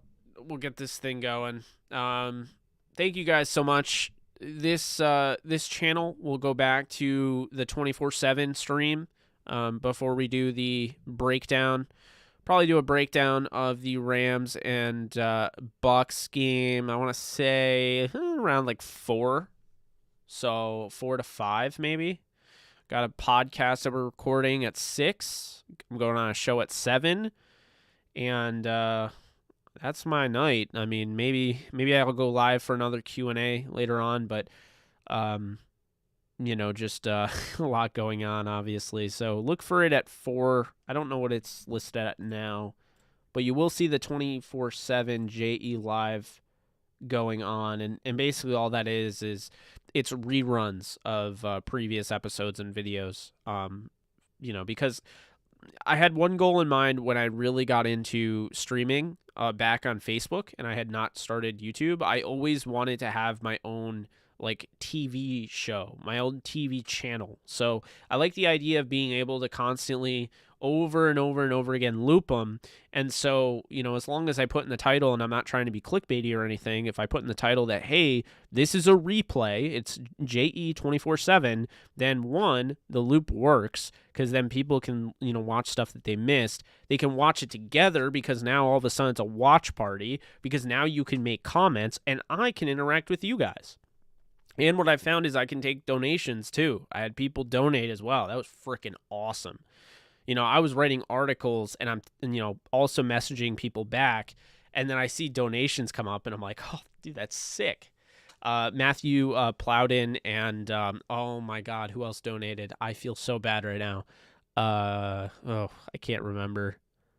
But I really do appreciate the donations, guys. It really does help. Because, again, this is, like, my job. So, someone asked me how I met Alexis. I got to answer that before I go. Yes, RV Hopper. I don't know if you're the person that asked me earlier. Do apologize. I saw it, and I just, like, totally forgot about it. Probably one of my rants. But anyway, I met Alexis through Twitter. So, I met Alexis through Twitter. She wanted to be a guest on my show. Other stuff happened, of course. I asked her, she was a writer. We were looking for writers, all of that. So she was just going to write for Downtown Rams. And then she was like, hey, can I be a guest on your show? And I was like, yeah, sure. Like, why not? I'm going to do a draft podcast, kind of like talking about our 10 favorite prospects and just something to get, everything going. And I had her on and another person on, and she just absolutely killed it. She had a great style of preparation, and she just knew what she was talking about. And I knew right from then, I was like, she's probably going to be my co-host. Joe Curley had left the show. Blaine was the year prior, so I was doing the podcast myself. And so Alexis then afterwards was booking guests and stuff. So it really just, it took off, and, we became best friends, and it worked out well because, that same year, she ended up, coming up to New York and, coming to my house and filming the first draft stream that we did in 2019. 2020, we did it over Zoom because of COVID. And then 2021, actually, with my office, she came back to New York and did that. So I might go to Chicago and her area of her neck of the woods, and we might do that show. But we're gonna do a show. It's just we don't know because the lease is up on the office. That's why I was bringing stuff back. It's why the Rams helmet's back. The lease is up on the office. The AJ show is not going to be renewed or anything like that. We're not going to continue that. So, what it comes down to is whether or not we do it over Zoom or StreamYard or Streamlabs or whatever, or Alexis and I do it, in her neck of the woods because, she's come up here twice. So it's, good for me to go there. So we're figuring it all out, but there is a possibility that we have a show that is going to take place in Chicago instead of New York. Would be the first time that I have done any sort of draft content that was not in New York. So we'll see, guys. But appreciate the question. She is a great person, one of my favorite people on planet Earth. Recommend her for anything if you ever need anybody on-air talent, if you ever need anybody, for improv or, anything like that. She's just incredibly, comedy or anything like that. She's just so funny and she's so dedicated to her craft, no pun intended, but, she's really done a great job, and she's a big reason why the podcast has taken another level, has taken a next step. And so I wouldn't be where I am, without her today. If I didn't have her, I wouldn't be where I am probably mentally, even physically. We're talking about just the fact that like simple things like, she inspires me to be better. She'll tell me like straight up, like, we kind of like will push each other. And, it was last year I had gained a bunch of weight and lost a bunch of it, and it's still off somehow. I haven't been in the gym in a minute, so I got to go back to the gym. But anyway, it's one of those funny things how, she'd be like, oh yeah, I'm getting up at like 5 a.m. And then all of a sudden I'd get up at 5 a.m.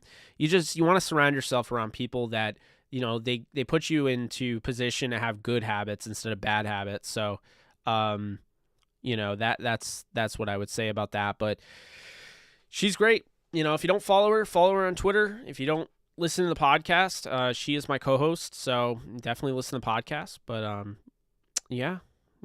lot of fun.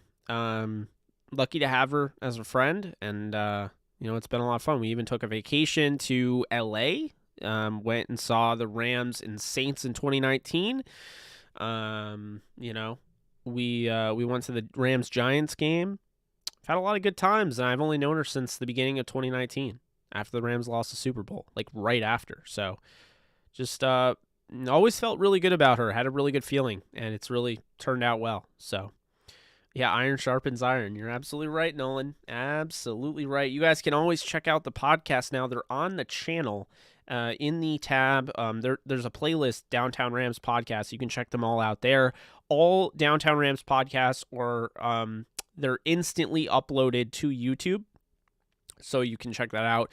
Looks like our views have been going up with them. It looks like people are really enjoying the podcast. I've gotten people that literally said, hey, I never watched your podcast before or listened to it. I watched your show on YouTube, didn't know you had a podcast, and I actually really like it. I'm like, well, this is why I put it on the channel, because it was on the Downtown Rams YouTube channel, and, we had over 600 subscribers, but, like, we were getting 40 to, like, 60 views, It's a lot better on here. The one that we just put down went over 1,000. Feel good about that, so, yeah. Twitter, at the Alexis Craft. Craft with a K. Where do I get the energy, Paul? I'll be honest with you, I don't know. I didn't eat dinner. I only slept for 2-3 hours. I have no idea how I get this energy. I don't. Not at all.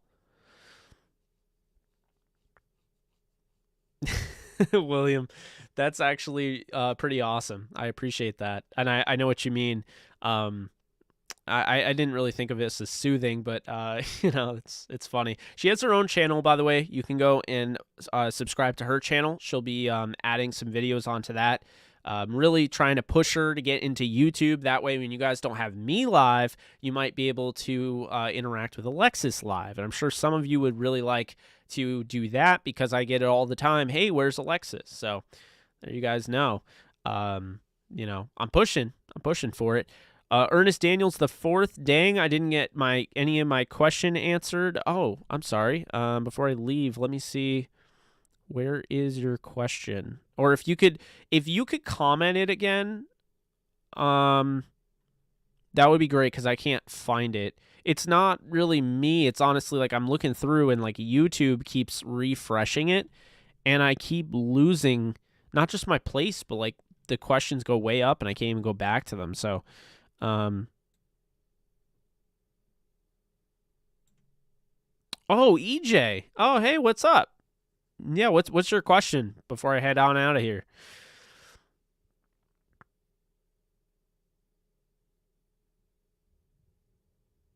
We did the live chat on Twitter.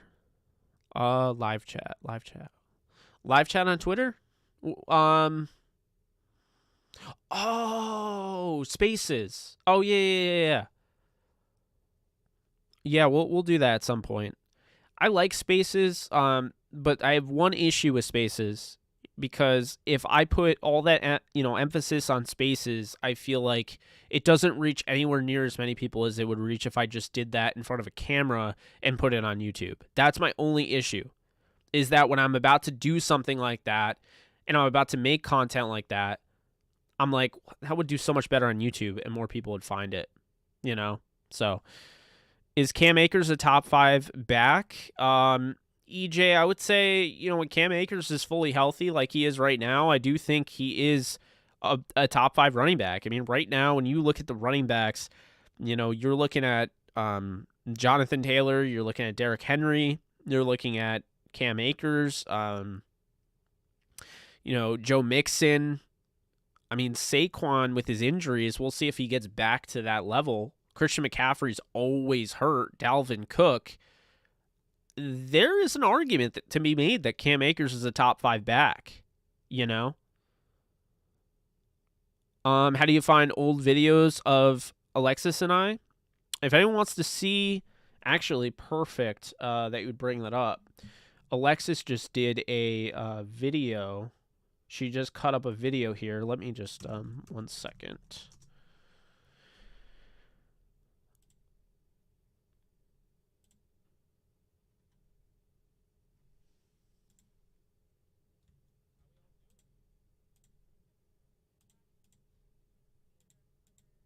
Oh, Kamara as well.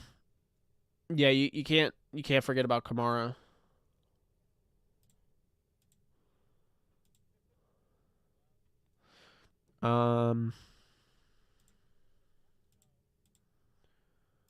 Let's see here. Yeah, there's the link, and that is the link. So Alexis cut up her favorite moments from our draft stream. So if you want to check that out, it's a compilation. Link is there. I just put that. Kamara would definitely be in the mix there, EJ. It's a tough one, but I definitely think Akers is... I wouldn't say Akers is definitely top 5 at this point, but I think he's definitely in the conversation,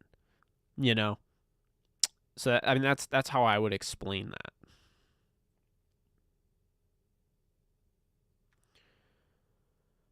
The Rams, New Jersey, I think it's going to be the Soul one, but if it's either going to be yellow or black, and if it's white and blue, I'm going to lose it.